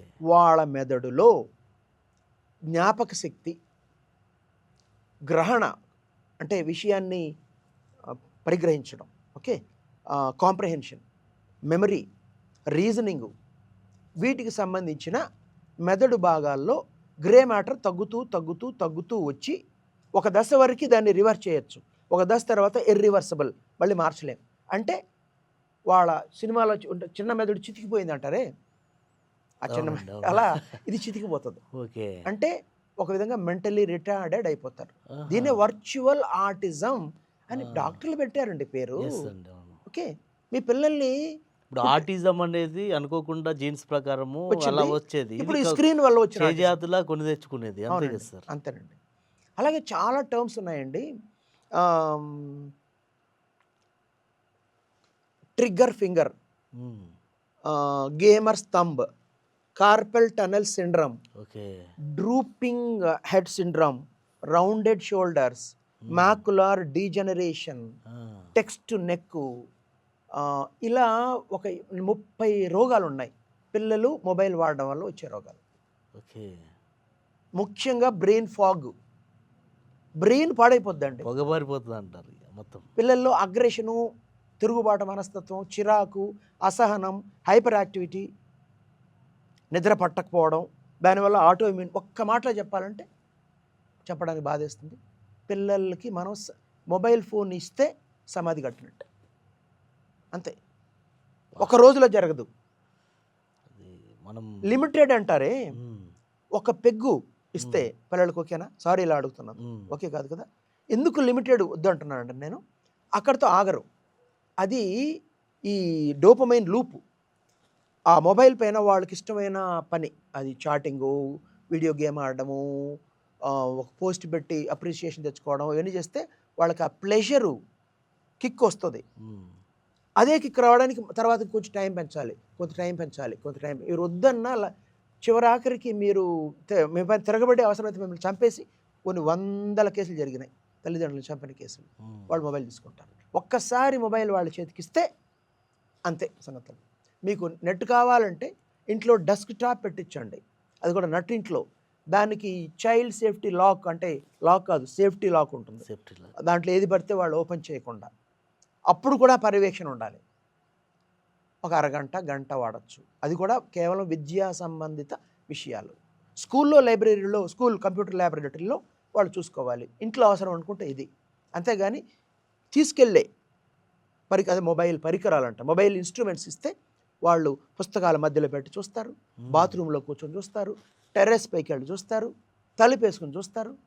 ఆ తర్వాత తిరగబడిన ఇంట్లో నుంచి నిన్నే బయటకు దోసి వాళ్ళు చూస్తారు. డెడ్లీ ప్రపంచం ఇప్పుడే మేల్కొంటుంది. బాల్యానికి సమాధి పిల్లల చేతిలో మొబైల్ ఫోన్. నమ్మిన వాళ్ళు నమ్మచ్చు, మిగతా వాళ్ళు పర్యవసానాలు అనుభవించిన తర్వాత కళ్ళు తెరవచ్చు. ఓకే. అంటే మొత్తం మీద స్క్రీన్ టైంలో మొబైల్ ఇవ్వకపోవడం ఒకటి, ల్యాప్టాప్ లాంటివి వాడితే అన్న ఇబ్బంది. ల్యాప్టాప్ వాడితేనే ఇబ్బంది. కారణం ల్యాప్టాప్, ట్యాబ్ అన్నీ ఇబ్బంది. ఎందుకంటే వాళ్ళు దాన్ని పక్కకి తీసుకెళ్ళిపోతారుగా. అందుకే డెస్క్టాప్ అన్నాను, అంటే కంప్యూటరే కావాలి. ఇంట్లో పెట్టండి, దానికి కూడా చైల్డ్ సేఫ్టీ లాక్ పెట్టండి. ఓకే. మీరు ల్యాప్టాప్ చైల్డ్ సేఫ్టీ లాక్ పెట్టినా వాడు ఎక్కడో తీసుకెళ్ళి దాన్ని అలవాటైపోతాయి. వాళ్ళ దానికి ఏదో విరుగుడు కనిపెడతాడు. అవును. డెస్క్టాప్కి చైల్డ్ సేఫ్టీ లాక్ పెట్టినా నువ్వు చూస్తూ ఉండాలి వాళ్ళు ఏం సైట్ ఓపెన్ అబ్జర్వేషన్ అనేది ముఖ్యం. ఒకసారి నువ్వు లేనప్పుడు వాడి కంప్యూటర్ చూడద్దు అంతే. ఓకే. ఒకరు కాదండి, ఇద్దరు కాదండి, లక్షల కోట్ల పిల్లలు ఇవాళ ఇదే దారిలో ఉన్నారు. దీంతో సైబర్ నేరాలపై కూడా ఎఫెక్ట్ పడుతుంది. అంతెందుకండి, ఈరోజు 11 జనవరి 2026, నిన్న 10 జనవరి మన మాజీ సిబిఐ జేడి లక్ష్మీనారాయణ గారి వైఫ్కి 2.5 కోట్ల సైబర్ టోకరా వేశారంట తెలంగాణలో. అంటే దాని అర్థం తెలంగాణలోనే అని కాదు, నాకు వచ్చిన డేటా ప్రకారం చెప్తున్నాను. ఒక పోలీసు ఉన్నతాధికారి చెప్పిన మాటే సార్, ఉబుసుపోక కబుర్లు కాదు. ప్రతి 5 కానిస్టేబుళ్లలో ఒక్కరు బెట్టింగ్లో కూరుకుపోయారు. ప్రతి 5లో ఒకరు. నాకు చెప్పిన పోలీసు అధికారి 3లో ఒకరు అన్నాడు. నేను పోనీ అని తగ్గించి 5 తగ్గించాను. అరౌండ్ 1/3 అన్నాడు ఆయన. 5 పోలీస్ డిపార్ట్మెంట్లోనే కానిస్టేబుల్ ద్రవ్యాలు అమ్మడానికి కూడా కారణం వాళ్ళలో. ఇప్పుడు వాళ్ళు దాని కారణం, ఫస్ట్ కారణం అర్థం చేసుకున్నాం. ఒకప్పుడు కానిస్టేబుల్ అంటే 10వ క్లాస్ ఇంటర్ అండి. అవునండి. ఇప్పుడు పాపం సమాజంలో సమస్యలు, ఎంటెక్లు చేసిన వాళ్ళు, బీటెక్లు చేసిన వాళ్ళు కూడా చాలామంది వాళ్ళే ఉంటున్నారు పాపం. అరే నాతో పాటు బీటెక్ చేసిన వాడు అమెరికాకి వెళ్ళాడు, ఈరోజు ఇదో ఈ కారు కొన్నాడు, మా 4 కోట్ల కారు. నా బతుకేంటి, నాకు ఇక్కడ ఎంత వస్తుందో పాపం పోలీస్ కానిస్టేబుల్ ప్రారంభంలో 40,000 వస్తుందో 50,000 వస్తుందో తెలియదండి. అతుకుల బొంత జీవితం. పోల్చుకుంటారు. సోషల్ మీడియా వల్ల పోల్చుకోవడం, లో సెల్ఫ్ ఎస్టీమ్, తన గురించి తను తక్కువగా అనుకోవడం, ఈజీ మనీ కోసం పాకులాట. వెంటనే ఈజీ మనీ ఎలా వస్తుంది, ఎవరో చెప్తారు బెట్టింగ్ బదులు డబ్బులు వస్తుంది. దాంట్లో వెళితే మళ్ళీ తిరిగి రావడం చాలా కష్టం. ఆ తరువాత ఎప్పుడైతే బెట్టింగ్కి బానిస అయిపోతారో పోలీసులు కనుక ఇది కనుక కొనసాగిస్తే చాలా, ఎందుకంటే వాళ్ళ చేతిలో ఉన్న పవర్ను ఉపయోగించి వాళ్ళు నేరాలు చేయొచ్చు, నేరస్తులకు సహకరించి. మొన్ననే ఒక ఎస్ఐని సస్పెండ్ చేశారు. ఎందుకంటే దీనికి బానిస అయిపోయి తానే ఈ సైబర్ నేరం చేశాడు. కంచే చేను వేస్తే మా పరిస్థితి ఎలా ఉంటుంది. కాబట్టి పిల్లలు, ఆ మాటకు వస్తే పెద్దలు కూడా సైబర్ స్మార్ట్నెస్ని అలవాటు చేసుకోవాలి. చేతిలో సెల్ ఫోన్ ఉంది కదరా అని ఏది పడితే అది చూస్తే అది నీ మెదడుని స్వాధీనం చేసుకుంటుంది. ఒక్క మాటలో చెప్పాలంటే, నేను అసలు అమర్నాథ్ సెల్ ఫోన్ వాడతా, మీరు సెల్ ఫోన్ వాడుతున్నారా లేక సెల్ ఫోన్ మిమ్మల్ని వాడేస్తుందా? 95% ఇవాళ సెల్ ఫోన్ వాళ్ళని వాడేస్తుంది. They are not using cell phone. Technology is a great master but a poor servant. Technology మంచి పనోడు బానిసగా చేసుకుంటే, దాన్ని ఉపయోగించుకుంటే. నేను టెక్నాలజీ వాడుకునే కదా ఫేస్బుక్లు, పోస్టులు, ఇది యూట్యూబ్ అంటే టెక్నాలజీ కదా ఇప్పుడు మాట్లాడుతున్నా. టెక్నాలజీ మంచి పనోడు, టెక్నాలజీకి బానిస అయినోడు పనికిరానోడు. దాన్ని ఎలా వాడాలో అలాగే వాడాలి. యూట్యూబ్ ఛానల్ చూడొద్దని చెప్పట్లేదు నేను. యూట్యూబ్ ఛానల్లో నువ్వేం చూస్తున్నావు అనేది ముఖ్యం. అది జీవితానికి ఎంతవరకు ఉపయోగపడుతుంది అనేది ముఖ్యం. ఓకే. బట్టలు వేసుకోవాలా లేదా దీనిపైన చర్చలా? హ్మ్. కామన్ సెన్స్ లేదా? దానిపైన ఎన్ని వీడియోలు వచ్చినాయి, ఎంత చూశారు, అంత అవసరమా? హ్మ్. అంటే వీడేమన్నాడు, వాడేమన్నాడు, ఈ కాంట్రవర్సీలు, తిట్టుకోవడాలు, కింద బూతు మాటలు పోస్ట్ చేయడాలు, ఎవరిని ఎవరు మోసం చేసుకుంటున్నారయ్యా? సైబర్ నేరాల విషయంలో అరికట్టాలంటే ఏం చేయాలంటారు మీ దృష్టిలో? మనకి మనలో లోపం లేకపోతే మనల్ని ఎవరు దోచుకోలేరండి. హ్మ్. అంటే అత్యాస ముఖ్యం. అంతే కదా! నా దగ్గర ఎవడు ఏ నేరం చేయలేడే. హ్మ్. ఇప్పుడు ఇందాక ఎవరో అన్నారు, ఆమె వ్యక్తిగతంగా బాధించడం ఇష్టం లేదు కానీ, ఎవరో దారిలో పోయేవాడు హ్మ్. ఫోన్లోకి వచ్చి, ఇక్కడ పెట్టుబడి పెడితే నీకు ఇంత వచ్చేస్తుంది అనుకుంటే, నాకు అసలు ఎందుకు అలా, నేను ఇందాక చెప్పాను, 1000 కోట్లు కనిపించి నాకు దేవుడు గనక ప్రత్యక్షమై 1000 కోట్లు ఇస్తే వద్దు స్వామి నా బతికిన స్వామి అని అంటాను.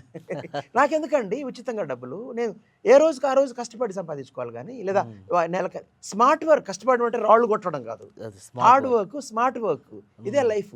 ఓకే. అంతేగాని ఒక్కసారి అప్పనంగా ఎందుకు వేరే వాడి డబ్బులు ఎలా వస్తాయి? హ్మ్.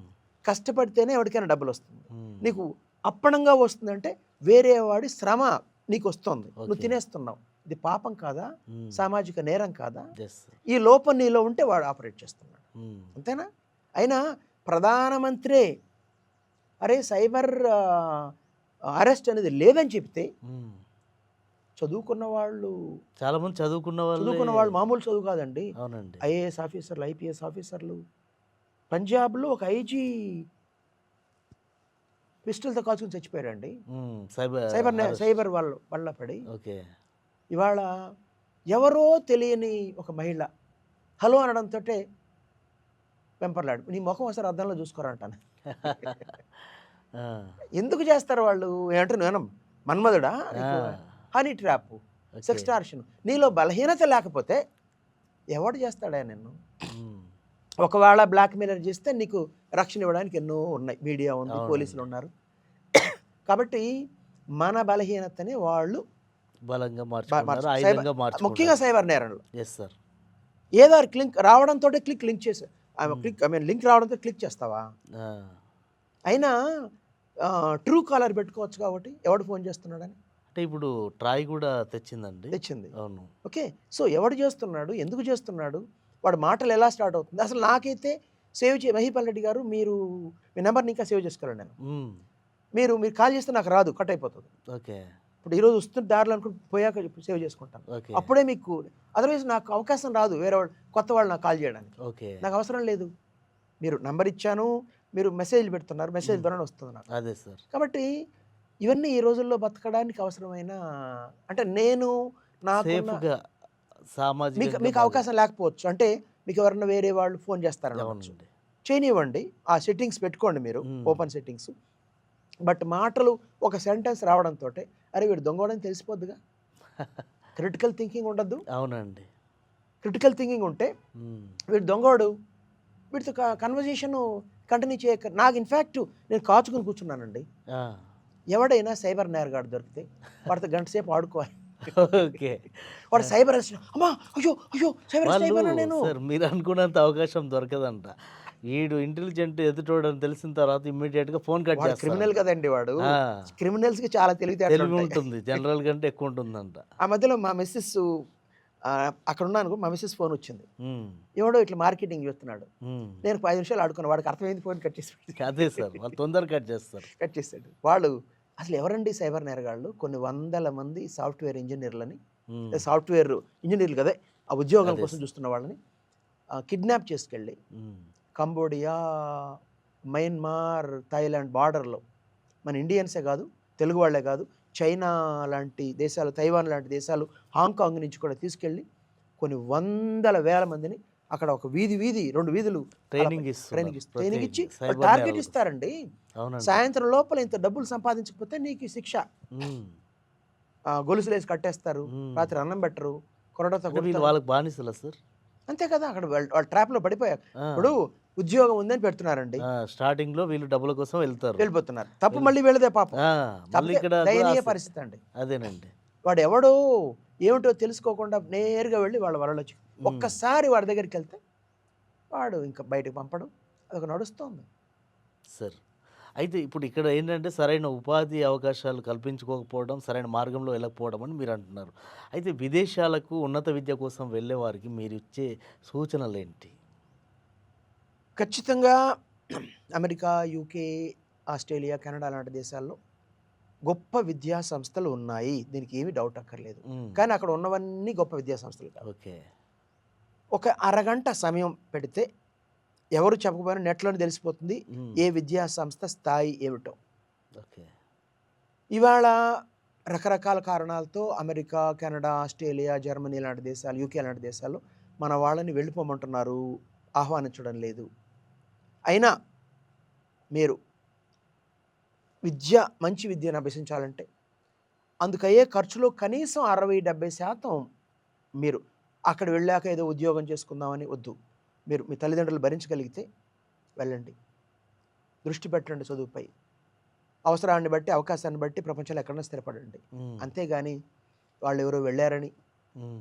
మనం వెళ్ళకపోతే అక్కడ నామోషి అవుతుందని, అక్కడికి వెళ్ళాక జాబ్ వస్తుందని, పార్ట్ టైం చేసుకుని ఉద్యోగం సంపాదించుకోవచ్చని, ప్రాక్సీతో ఉద్యోగం వస్తుందని ఇవన్నీ మర్చిపోండి. ఎప్పుడైనా ఒకటేనండి, నా దారి రహదారి. అడ్డదారులు, దొంగదారులు వెతికితే కొంతమంది బాగుపడి ఉండొచ్చు. కానీ ఎప్పటికైనా అది బూమరాంగ్ అయ్యే ప్రమాదం ఉంది. ఈరోజు హ్యాపీగా ఉంటాను నేను. రేపు, ఎల్లుండు జీవితాంతం 80 ఏళ్ళు, 85 ఏళ్ళు, 90 ఏళ్ళు మనిషి హ్యాపీగా బతకచ్చు ఇప్పుడున్న దాని ప్రకారం. అప్పటిదాకా నేను హ్యాపీగా ఉండాలని అనుకోవాలి కానీ, ఈరోజు మహా థ్రిల్ ఎంజాయ్ చేసి, విపరీతమైన డబ్బు సంపాదించేసి, విపరీతంగా లగ్జరీస్ ఎంజాయ్ చేస్తే రేపేమైనా పర్లేదు అనుకోవడం తప్పు. నాన్న పందులే గుంపులు గుంపులుగా వెళతాయి. క్రిటికల్ థింకింగ్ ఉన్నవాడు సింగిల్‌గానే వెళ్తారు. కారణం ఏంటంటే, అందరూ చేసిన పని గొప్పది అని అనుకోవద్దు. ఒక్కసారి గొప్పది కావచ్చు అందరూ చేసింది. కానీ అది గొప్పదా? కాదా? వినదగునెవ్వరు చెప్పినా వినినంతనే వేగపడక వివరింపతగున్. కనికల్ల నిజము తెలిసిన వాడే పో అని సుమతి చెప్పాడు. నేనేమంటానంటే కనికల్ల నిజము తెలిసిన వాడే పో, క్రిటికల్ థింకింగ్ ఉన్నవాడు ఈ కాలంలో బతకడానికి అర్హత ఉన్నవాడు అని చెప్తానండి. కాబట్టి ఆలోచించండి. ఏది మంచి, ఏది చెడు తెలుస్తుంది. అడ్డదారులొద్దు. రహదారిపై పయనించండి. గొప్పలు చెప్పుకోవద్దు. మన బతుకు మనం బతకాలి. ఈరోజు కంటే రేపు బాగుండాలి. మీ శక్తిని నమ్ముకోండి. ఆత్మవిశ్వాసాన్ని నమ్ముకోండి. హార్డ్ వర్కు, అంతకంటే మించి స్మార్ట్ వర్క్ నమ్ముకోండి. అంతేగాని don't become a prey in the hands of the cyber frauds are the real life frauds of today. Thank you sir. ధన్యవాదాలు. నమస్కారం. చాలా మంచి మంచి విషయాలు పంచుకున్నారు. నెక్స్ట్ ఇంటర్వ్యూలో ఇంకా చాలా అంటే మిమ్మల్ని అడగాల్సిన క్వశ్చన్స్ చాలా ఉన్నాయి. ఆల్రెడీ మీరు ఎంతో టైట్ షెడ్యూల్‌లో కూడా ఇంత సమయం కేటాయించారు. నెక్స్ట్ ఇంటర్వ్యూలో చాలా విషయాలు తెలుసుకుందామండి. చూశారు కదా! ఈరోజు మనం Vasireddy educational institutes chairman, founder అయిన మన వాసిరెడ్డి అమర్నాథ్ గారితో ఇంటర్వ్యూ. నెక్స్ట్ చాలా విషయాలున్నాయి. ఆయనతో సామాజికంగా విషయాలు గానీ, విద్యా విషయాలు గానీ చాలా తెలుసుకుందాం. అంతవరకు సెలవు.